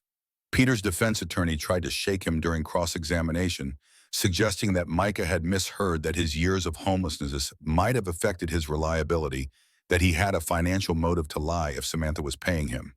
But Micah didn't flinch. His poverty was a matter of record, not shame. His memory was clear and supported by physical evidence, and he had refused every offer of reward beyond basic necessities. The defense attorney made one critical mistake. He asked Micah why he cared why a cemetery worker would risk his job and safety to save a stranger. Micah's response silenced the courtroom. Because I failed to save my own family when they needed me. I lost my daughter, my wife, everything that mattered. I couldn't save them, but I could save her. And if that makes me unreliable, then I guess I'm unreliable. But I'm telling the truth. Several jurors wiped their eyes. The defense attorney sat down without further questions. Dr. Keating took a plea deal on the third day. His lawyer had convinced him that fighting was futile given the evidence. He agreed to testify against Peter in exchange for a reduced sentence.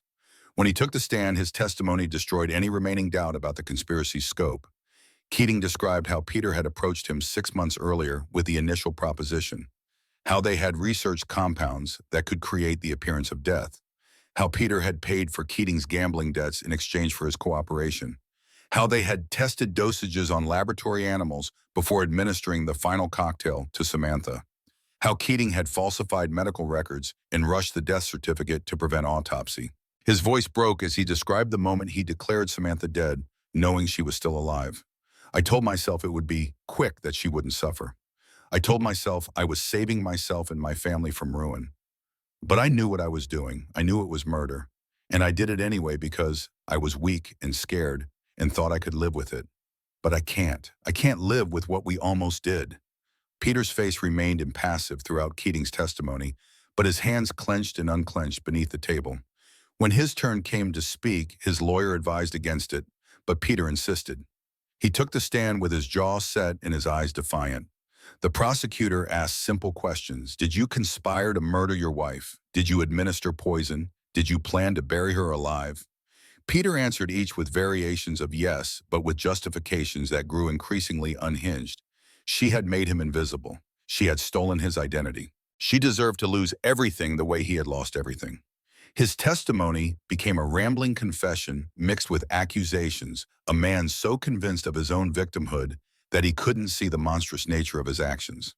When the prosecutor asked if he regretted his choices, Peter leaned forward and spoke directly to Samantha, who sat in the front row.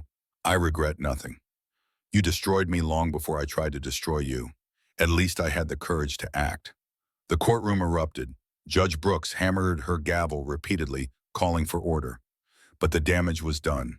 Peter's complete lack of remorse, his twisted logic, his refusal to accept responsibility, it all played out in front of jurors, reporters, and cameras that would broadcast his words across the nation.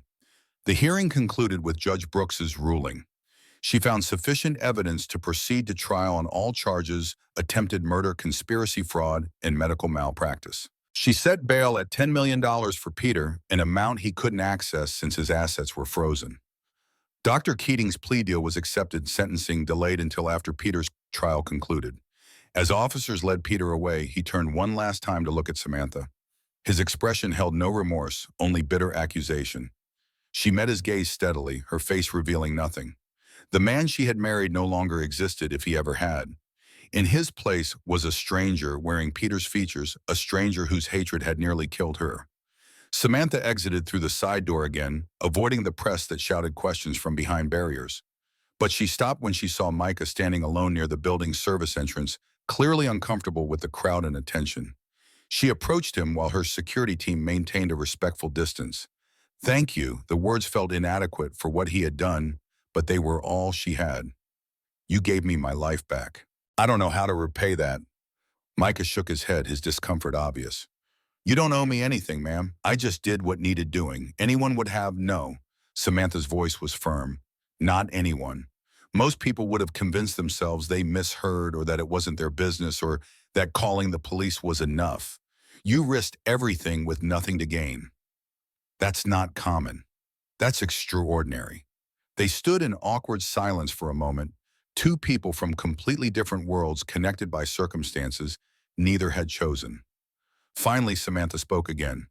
"I'd like to help you rebuild your life, not as payment, but as someone who understands what it means to start over. Please let me try." Micah met her eyes and saw genuine care there, not pity or obligation. He nodded slowly, accepting what he couldn't refuse without causing offense.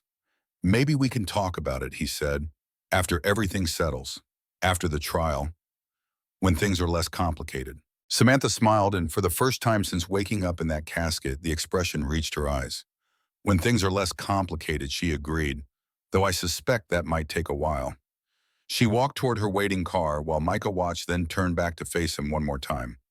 "The thing you said on the stand about your family. I'm sorry. Whatever happened, whatever you lost, I'm truly sorry. You deserve better than that." Micah's throat tightened.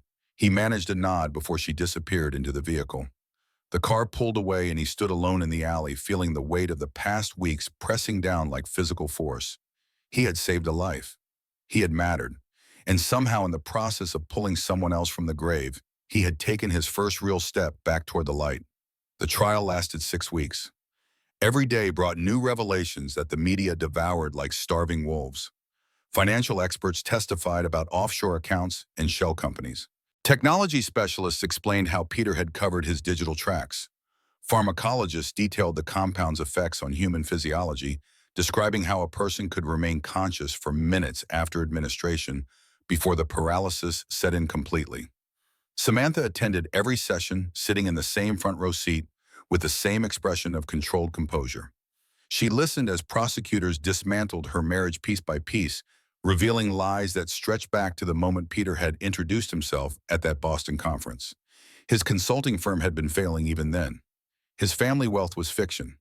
The man she had loved had never actually existed beyond the character he performed. The jury deliberated for 7 hours before returning guilty verdicts on all counts. Peter showed no emotion as the judge sentenced him to life imprisonment without possibility of parole. Dr. Keating, having cooperated fully, received 25 years with possibility of parole after 15. Both men were remanded, immediately led away in chains while cameras captured their final moments of freedom. Samantha felt nothing when the verdicts were read. Not satisfaction, not vindication, just a hollow exhaustion that came from closing a chapter written in poison and betrayal. Aunt Helen squeezed her hand and whispered that justice had been served. But justice felt less like victory and more like acknowledgement that some things once broken could never be repaired. The media circus followed her out of the courthouse and pursued her for weeks afterward. Every magazine wanted an exclusive interview. Every talk show extended invitations. Publishers offered 7-figure advances for her memoir. But Samantha refused them all, issuing a single statement through her lawyers: "I survived." That's all the story anyone needs. What she didn't say publicly was that survival required more than breathing. It required rebuilding, reimagining, learning how to exist in a world where trust had become a foreign concept. She threw herself into that reconstruction with the same intensity she had once brought to building Vantage Tech, except this time the project was herself. Therapy sessions filled her Tuesday and Thursday afternoons. Dr. Patricia Morris, a trauma specialist who worked exclusively with violent survivors, guided Samantha through the psychological aftermath of attempted murder. They discussed trust issues and hypervigilance, the way Samantha now checked her food obsessively and woke up gasping from nightmares where she was buried alive. Progress came in increments too small to measure day by day, but visible across weeks. The nightmares were the worst. Samantha would jolt awake at 3 a.m., her sheets soaked with sweat, the sensation of dirt filling her mouth still vivid enough to taste. She kept lights on throughout the penthouse, unable to tolerate darkness that reminded her of the casket. Some nights she didn't sleep at all, just sat by the floor-to-ceiling windows and watched the city breathe, proving to herself that she was alive and free. Work provided structure but not solace. Vantage Tech had continued operating during her absence and trial, managed competently by her executive team. But returning to the office felt like visiting a museum dedicated to her former life. Everything looked the same, yet felt fundamentally altered. Employees who used to greet her warmly now approached with careful sympathy, their eyes reflecting pity she couldn't stand. 3 months after the trial, Samantha sat in her corner office reviewing quarterly projections when her assistant buzzed. Micah Dalton was in the lobby asking if she had time to speak. Samantha's pulse quickened, though, whether from anxiety or something else she couldn't identify. She hadn't seen him since the trial's conclusion, respecting his clear desire for privacy while fighting the urge to check on the man who had saved her life. Send him up. She stood and smoothed her skirt, suddenly self-conscious about the executive armor of designer clothes and perfect makeup. When Micah entered, she barely recognized him. The overgrown beard was gone, revealing a strong jaw and a face younger than she had assumed. His hair was cut short and neat. He wore simple clothes, jeans, and a button-down shirt, but they fit properly and looked clean. His eyes still carried that wounded quality, but something else had emerged alongside the pain. Something that looked almost like hope. They sat in the informal seating area rather than across her imposing desk. Samantha poured coffee from the pot her assistant had delivered, her hands steady despite the strange nervousness fluttering in her chest. Micah accepted the cup with a quiet thank you and held it without drinking, using it as something to occupy his hands. "You look well?" Samantha's voice came out softer than she intended. "How are you managing?" Micah's smile was small but genuine. "Better. The boarding house is decent. Mrs. Chen, who runs it, is kind, doesn't ask too many questions. I've been eating regularly, sleeping most nights. It's an adjustment having a door that locks and knowing I'll still be there tomorrow." He paused, his fingers tightening around the coffee cup. "I came because I wanted to talk about your offer. To help me rebuild, if it's still available. I think I'm ready now. I think I can accept help without feeling like I'm taking charity." Samantha felt warmth spread through her chest. Relief mixed with something she refused to examine too closely. "The offer stands. It will always stand. What do you need?" What followed was a conversation that stretched through the afternoon and into evening, both of them losing track of time as they talked. Micah explained about his background in software engineering, how he had once been skilled at solving complex problems before unemployment, and homelessness had stripped away his confidence. He talked about wanting to work again to prove he hadn't lost his technical abilities along with everything else. Samantha listened with growing realization that Micah wasn't asking for a handout. He was asking for a chance. She could give him that. More than that, she could give him a purpose that matched his capabilities.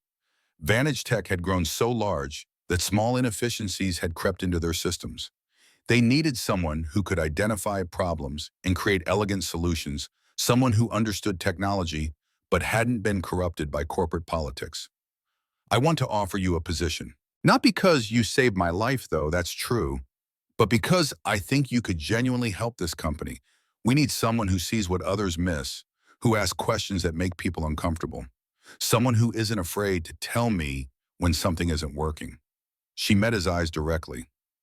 "Would you consider coming to work here as a special technical consultant?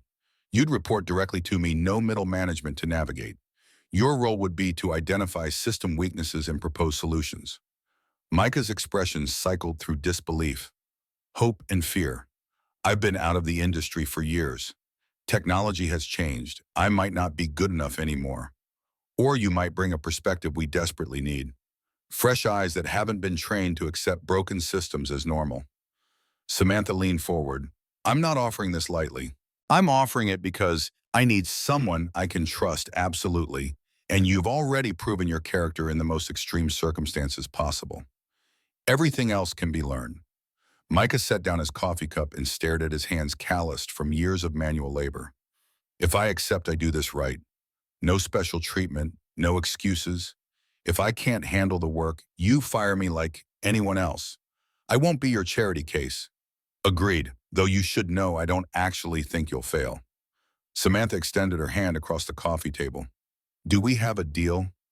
Micah's handshake was firm, his skin rough against her manicured palm. The contact lasted a moment longer than professionally necessary, and when they released, Samantha felt an imprint of warmth that lingered. He started the following Monday. Samantha arranged for a modest office in the technical department and provided him with equipment and access to systems that would have been unthinkable in his previous life. She assigned him small projects, initially testing his skills while allowing him to rebuild confidence. Micah approached each task with intense focus, staying late into evenings and arriving early, afraid that rest might reveal incompetence. But incompetence never materialized. Within 2 weeks, Micah had identified a security vulnerability that had existed undetected for months. Within a month, he had streamlined their data processing protocols, saving the company thousands of hours annually. His solutions were elegant and practical, the work of someone who understood that the best code solved problems without creating new ones. The technical staff treated him with initial skepticism that gradually transformed into respect. They saw how he asked questions without ego, how he listened to junior developers as intently as senior architects, how he could explain complex concepts in language anyone could understand. He didn't try to impress or intimidate. He just worked, letting results speak for themselves. Samantha found excuses to check on his progress more frequently than necessary. She would stop by his office under the pretense of discussing a project, then find herself lingering as they talked about system architecture and user experience. Micah made her laugh with dry observations about corporate absurdities. He challenged her assumptions without being combative. He saw her as Samantha, not as the billionaire CEO or the woman who almost died, just as someone trying to build something worthwhile. She realized somewhere around the 3rd month of his employment that she was falling for him. Not the dramatic Hollywood version, but the quiet, inevitable kind that crept up through accumulated moments. The way he listened with complete attention. The way his rare smiles transformed his face. The way he treated everyone with the same careful respect regardless of their position or power. He was fundamentally decent in a way that reminded Samantha how rare that quality actually was. But Micah gave no indication of reciprocating her feelings. He maintained professional boundaries with careful consistency, calling her Ms. Fairchild in meetings, and keeping their interactions focused on work. If he noticed how her pulse quickened when he entered a room, if he saw how she orchestrated opportunities to be near him, he showed no sign. To him, she was his employer in savior roles that apparently precluded anything else. Samantha told herself to appreciate what they had without wanting more. She buried the feelings deep, focusing on the friendship that was developing naturally alongside their professional relationship. Some evenings they would stay late reviewing code, ordering takeout Chinese food, and eating directly from containers while debating the merits of various programming languages. Micah would share stories about his daughter, carefully edited versions that revealed his love without dwelling on his loss. Samantha would talk about the early days of Vantage Tech, about sleeping in that restaurant back room, and believing in a future that seemed impossible. During one of those late evenings, Micah looked up from his laptop and asked the question Samantha had been dreading. Why haven't you dated anyone since the divorce? The trial finalized your marriage dissolution months ago. You're young, successful, free, but you seem determined to stay alone. Samantha's fingers froze over her keyboard. The divorce had been expedited given Peter's imprisonment and the circumstances of his crimes. She was legally single, wealthy, and according to every magazine that profiled her, one of the most eligible women in America. But the thought of trusting someone again, of allowing another person close enough to hurt her, felt impossible. I don't know if I remember how to trust.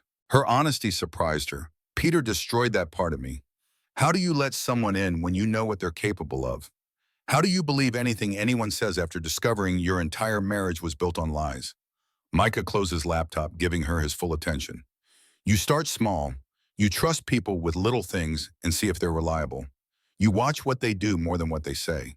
And you forgive yourself when you get scared because being scared after what you experienced makes perfect sense. He paused.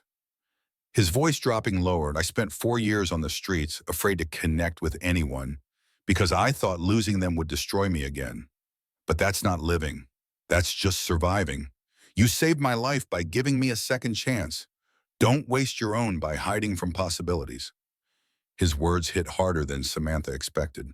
She blinked against sudden moisture in her eyes, turning away so he wouldn't see her vulnerability. You're right. I know you're right.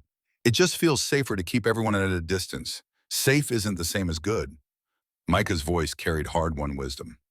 Sometimes the bravest thing is letting yourself be vulnerable again, even knowing the risk. Samantha wanted to tell him that he made her feel brave, that his presence in her life had done more to heal her than months of therapy. But the words stuck in her throat, held back by fear of rejection or worse, of pity. So she simply nodded and changed the subject back to work, letting the moment pass while her heart ached with things unsaid. The following month, Vantage Tech hosted a charity gala benefiting homelessness initiatives throughout Philadelphia. Samantha had insisted on the cause, using her platform to raise awareness and funds for people in situations Micah had survived. The event filled the grand ballroom of the Bellevue Hotel with Philadelphia's elite black-tie opulence, dedicated to helping the invisible. Micah attended, reluctantly uncomfortable in a rented tuxedo that made him feel like an imposter. But Samantha had asked him personally, explaining that his perspective was valuable, that donors needed to hear from someone who understood the reality behind the statistics. He agreed because refusing her felt impossible. Samantha watched him circulate through the crowd, explaining to wealthy donors how one medical emergency or job loss could send anyone spiraling into homelessness. He spoke without self-pity, just matter-of-fact descriptions of how systems failed and dignity eroded. People listened with rapt attention, checkbooks opening as Micah's stories made poverty real, rather than abstract. During a break between speakers, a woman approached Micah at the bar. She was perhaps 40, with warm brown eyes and an easy smile that suggested genuine kindness rather than networking calculation. She introduced herself as Elena Hayes, director of a nonprofit that provided job training for homeless populations. They fell into conversation naturally, comparing experiences and discussing program effectiveness. Samantha watched from across the room, champagne glass frozen halfway to her lips. She saw how Micah's posture relaxed around Elena, how he laughed at something she said with genuine pleasure. Elena touched his arm lightly during conversation, the gesture casual and unforced. They exchanged business cards that looked like more than professional courtesy. Jealousy hit Samantha like a physical blow. The emotion was unfair and unwelcome, but it flooded through her regardless. She had no claim on Micah. He had given her no encouragement. But watching him connect with Elena, seeing the possibility of something forming between them, hurt in ways Samantha wasn't prepared to handle. She excused herself from the donor she'd been speaking with and retreated to the hotel's terrace, needing air that didn't feel thick with her own disappointment. The September night was cool and clear, city lights stretching to the horizon. Samantha gripped the stone railing and allowed herself 60 seconds of pure emotion: grief, jealousy, regret, loneliness, before forcing it back down into the locked box where she kept everything that threatened her composure. Aunt Helen found her there, the older woman's heels clicking against the terrace stones. She stood beside Samantha without speaking, both of them staring at the city below. Finally, Helen's voice broke the silence. "You care for him." It wasn't a question. Samantha considered denying it, but couldn't summon the energy for lies.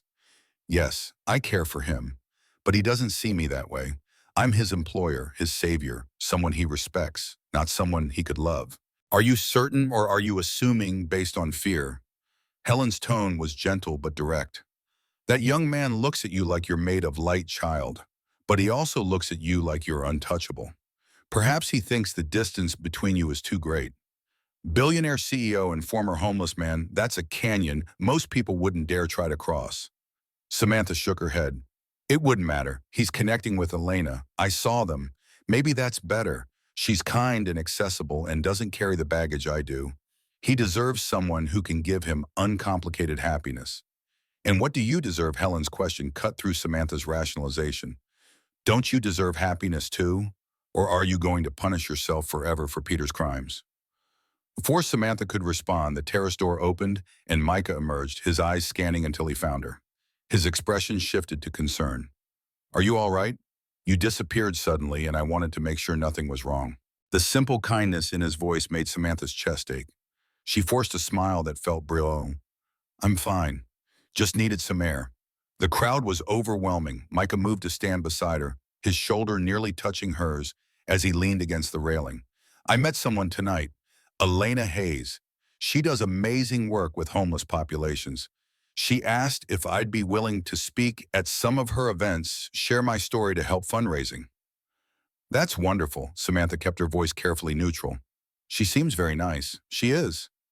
Micah's tone carried a warmth Samantha had rarely heard from him. It's strange feeling like someone sees me as just a person rather than a survivor or a hero or a project. She has no expectations beyond basic human connection. It's refreshing. You should pursue it. Samantha managed the words despite how they tasted like ash. You deserve to be happy, to build something normal and good with someone who understands you. Micah turned to look at her directly, his expression difficult to read in the dim terrace lighting. I think I will. Thank you, Samantha, for everything you've done, but especially for this, for helping me get to a place where I can even consider letting someone close again. He returned to the gala while Samantha remained on the terrace, Helen's hand finding hers and squeezing gently.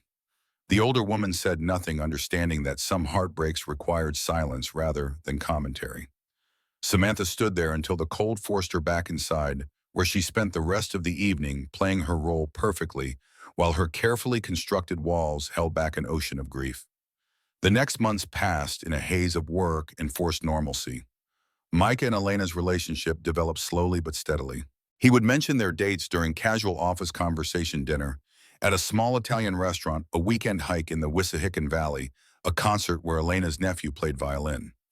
Each mention landed like a small blade in Samantha's chest, but she smiled and encouraged him, asking appropriate follow-up questions while dying internally. Elena attended a company event as Micah's date, and Samantha forced herself to be gracious. They talked briefly about Elena's nonprofit work, and Samantha wrote a generous check on the spot. Elena was everything Samantha had predicted: kind, intelligent, grounded, and genuinely interested in Micah for who he was rather than what he represented. Hating her would have been easier than accepting that she was actually perfect for him. Samantha threw herself deeper into work, accepting speaking engagements and board positions that filled her schedule until exhaustion left no room for feeling. She expanded Vantage Tech into new markets, acquired two smaller companies, and launched initiatives that received positive press coverage. From the outside, she looked like a woman thriving. Inside, she felt hollowed out, going through motions, while the best parts of herself remained locked away where they couldn't be hurt again. Then she met Jonathan Reeves at a technology conference in San Francisco. He was a founder of a successful venture capital firm known for ethical investing and supporting diverse entrepreneurs. They sat on a panel together discussing innovation funding, and afterward, he approached her at the reception with a directness she appreciated. Your insights about sustainable growth were refreshing. Most people in this industry are so focused on explosive scaling that they ignore the human cost. Would you like to have dinner and continue the conversation? Samantha almost declined automatically. But something in his eyes, respect without reverence, interest without agenda, made her pause. He wasn't intimidated by her wealth or status. He didn't look at her like a survivor who needed protection. He saw a peer, an equal, someone whose intellect interested him. So she said yes, and they had dinner at a quiet restaurant where they debated market trends and social responsibility until staff started clearing tables around them. Jonathan called her the next day. They talked for 3 hours about everything except business books. They loved places they'd traveled, the absurdity of elite social circles they both navigated. He made her laugh with irreverent observations about industry pomposity. He asked her opinion about art and policy and existence itself, then actually listened to her answers. When he asked to see her again, Samantha found herself agreeing without the usual anxiety that accompanied vulnerability. Their relationship developed naturally over the following months. Jonathan flew to Philadelphia twice monthly when business allowed. Samantha visited San Francisco when her schedule permitted. They maintained independence while building genuine connection, two adults who had been burned before approaching something new with caution and care. Jonathan never pushed for more than Samantha was ready to give content to let their relationship unfold at its own pace. Micah noticed the change before Samantha acknowledged it to anyone else. During a late working session, he looked up from his screen and studied her face. "You seem lighter lately. Something's different. Good different." Samantha felt heat rise to her cheeks. "I've been seeing someone. Jonathan Reeves. He's based in San Francisco, but we're making it work. It's early still, but it's good. It feels healthy in a way nothing has felt since before." Micah finished for her, his smile genuine and warm. "I'm glad, Samantha. You deserve that kind of happiness. You deserve everything good." His sincerity was evident, and Samantha realized with bittersweet clarity that Micah had never seen her as anything beyond a friend and employer. Whatever feelings she'd harbored had existed only in her own imagination, projected onto someone who had never given her reason to hope. The realization hurt, but also brought relief. She could finally release expectations that had been weighing her down and fully embrace what was actually offered: friendship, respect, mutual regard. That was enough. It had to be enough. 8 months after meeting Elena, Micah asked Samantha to coffee one morning before work. They met at a small cafe near the office, claiming a corner table where morning light slanted through industrial windows. Micah's nervousness was obvious in how he stirred his coffee repeatedly, without drinking, how his fingers drummed against the table, how he couldn't quite meet her eyes. Finally, he set down his spoon and spoke in a rush. "I'm going to propose to Elena. I wanted to tell you first because you've become one of my closest friends, and because I wanted your blessing. I know that sounds strange, given our relationship, but your opinion matters to me." "What do you think?" Samantha's heart clenched, once sharp and final, then released. She reached across the table and took his hand, squeezing warmth and genuine affection into the gesture. "I think Elena is incredibly lucky. I think you're going to make each other happy, and I think you should absolutely propose because you light up when you talk about her." "That's how it should be." Relief flooded Micah's face. "Thank you. That means more than you know. You'll come to the wedding, right?" "It won't be anything elaborate, just small and simple, but I'd really like you there. I wouldn't miss it." Samantha's smile was real, constructed from hard-won acceptance and authentic happiness for him. "You've come so far. From where you were to where you are now, it's remarkable. You've earned this joy." They finished their coffee, talking about proposal plans and ring designs, and when they parted ways, Samantha felt something shift inside her. Not closure exactly, but evolution. The feelings she'd carried were transforming into something different, something that could exist alongside her relationship with Jonathan without diminishing either. She could care for Micah as a dear friend while building something real with someone else. Love didn't have to be singular or possessive. It could be expansive and generous, making room for multiple forms without competition. That evening, she called Jonathan and asked if he was free next month. For Micah's wedding, she explained, and then added with a vulnerability that still felt risky, "And I'd like you to meet Aunt Helen. I think it's time to introduce you to my family, if you're interested in that level of seriousness." Jonathan's voice carried warmth through the phone line. "I've been hoping you'd say something like that. I'd love to meet your aunt. And Samantha, I'm very interested in that level of seriousness. Whatever this is between us, I want to see where it goes." Micah's wedding took place on a Saturday afternoon in early spring, held in a small historic chapel in Chestnut Hill. The ceremony was intimate. Maybe 50 guests gathered in wooden pews to witness two people who had survived separate hells promise to build something better together. Elena wore a simple ivory dress and carried wildflowers. Micah wore a navy suit and couldn't stop smiling. Samantha attended with Jonathan at her side, both of them dressed elegantly but not ostentatiously. She had insisted on covering the reception costs as her gift to the couple, hosting dinner at a beautiful restaurant with private rooms and food that made people close their eyes in appreciation. Micah had protested, but eventually accepted, understanding that the gesture was about generosity rather than obligation. During the reception, Samantha found herself standing with Jonathan near the edge of the dance floor, watching Micah and Elena sway to their first dance as a married couple. The love between them was palpable and uncomplicated, the kind of straightforward happiness that came from two people who had been broken and healed together. Samantha felt no jealousy anymore, just deep satisfaction that Micah had found his way to this moment. Jonathan's arm wrapped around her waist, pulling her gently against his side. Remarkable man. To survive what he did and still have the capacity to love openly, that takes extraordinary courage. You gave him that chance. We gave each other chances. Samantha leaned into Jonathan's warmth. He saved my life, but in a way, I think we saved each other. We both needed to prove we could still matter, that we weren't defined by what had been done to us. She turned to look up at Jonathan's face. I'm glad you're here. I'm glad you're in my life. Jonathan kissed her forehead, a gesture that had become familiar and comforting. I'm not going anywhere. Whatever we're building, I want to see it through. 3 months later, Jonathan proposed during a weekend in Martha's vineyard. Nothing elaborate, just the two of them walking on the beach at sunset when he stopped and pulled a simple platinum band from his pocket. I love you. I respect you. I want to build a life with you that honors both of our independence while creating something new together. Will you marry me? Samantha said yes, with certainty that felt nothing like her first engagement. No doubts clouded this decision. Jonathan saw her completely and loved what he saw.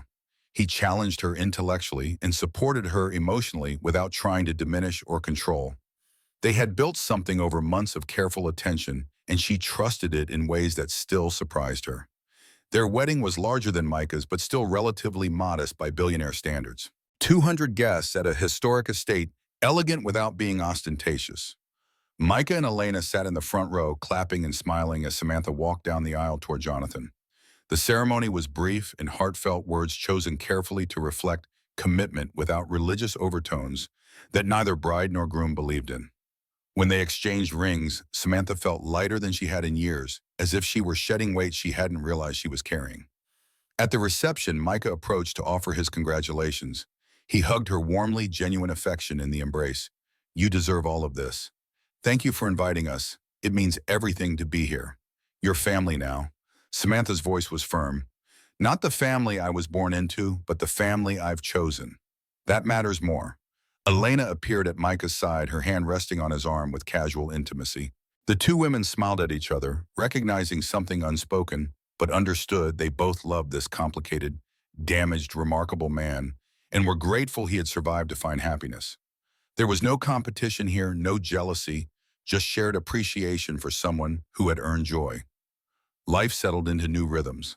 Samantha and Jonathan split time between Philadelphia and San Francisco, managing their respective companies while building a home that accommodated both their ambitions. Micah continued at Vantage Tech, his role expanding as his confidence and skills flourished. He and Elena bought a small house in Mount Airy, filling it with secondhand furniture and a rescue dog named Willow. 14 months after their respective weddings, both couples welcomed babies within weeks of each other. Micah and Elena had a son they named Daniel after Micah's father, who had died when Micah was young. The boy had Elena's coloring and Micah's serious eyes, studying the world with intense curiosity even as an infant. Samantha and Jonathan had a daughter named Sophia Grace, her middle name honoring the second chance both parents had been given.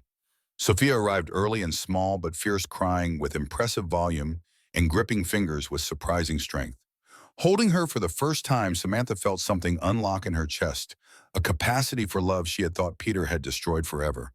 But it was still there, just waiting for someone worthy of it. On a warm June evening, when both babies were 3 months old, Samantha invited Micah, Elena, and Daniel to her estate for dinner. They ate on the terrace as the sun set, filling the sky with colors that seemed too vivid to be real. The babies lay on blankets nearby, Sophia making experimental noises, while Daniel slept peacefully. Micah held a glass of wine and looked out across Samantha's manicured lawn, his expression peaceful in a way that still sometimes surprised her. I can't believe this is my life sometimes. A year ago, I was sleeping in that storage shed, convinced I'd never amount to anything again. Now I have a wife I love, a son, meaningful work friends I trust. It feels impossible. Nothing about it is impossible. Jonathan's voice was warm. You earned all of this through courage and integrity. Both of you did. He gestured to include Samantha in the statement. You faced darkness and chose to keep walking toward light. That's not luck. That's strength. Samantha picked up Sophia as the baby began to fuss, settling her daughter against her shoulder. We were both at the bottom, both convinced we'd lost everything that mattered. But we found ways to climb back up, and more importantly, we found reasons to want to climb. She met Micah's eyes across the space between them. You gave me the chance to live. I gave you the chance to build a life worth living. I'd say we're even. Micah's smile carried the weight of shared history and mutual understanding, from ashes to dawn. That's what this is. We both rose from places so dark we didn't think we'd see light again. But here we are. Elena shifted closer to her husband, her hand finding his. Here we are. And isn't it beautiful? They sat together as evening deepened into night. Two families bound by circumstance and choice by trauma survived, and futures built with intentional care. They talked and laughed while their children made infant sounds, creating new memories that would overlay the old scars. Not erasing them, scars were permanent, and that was okay, but adding context that made the scars matter less than what came after.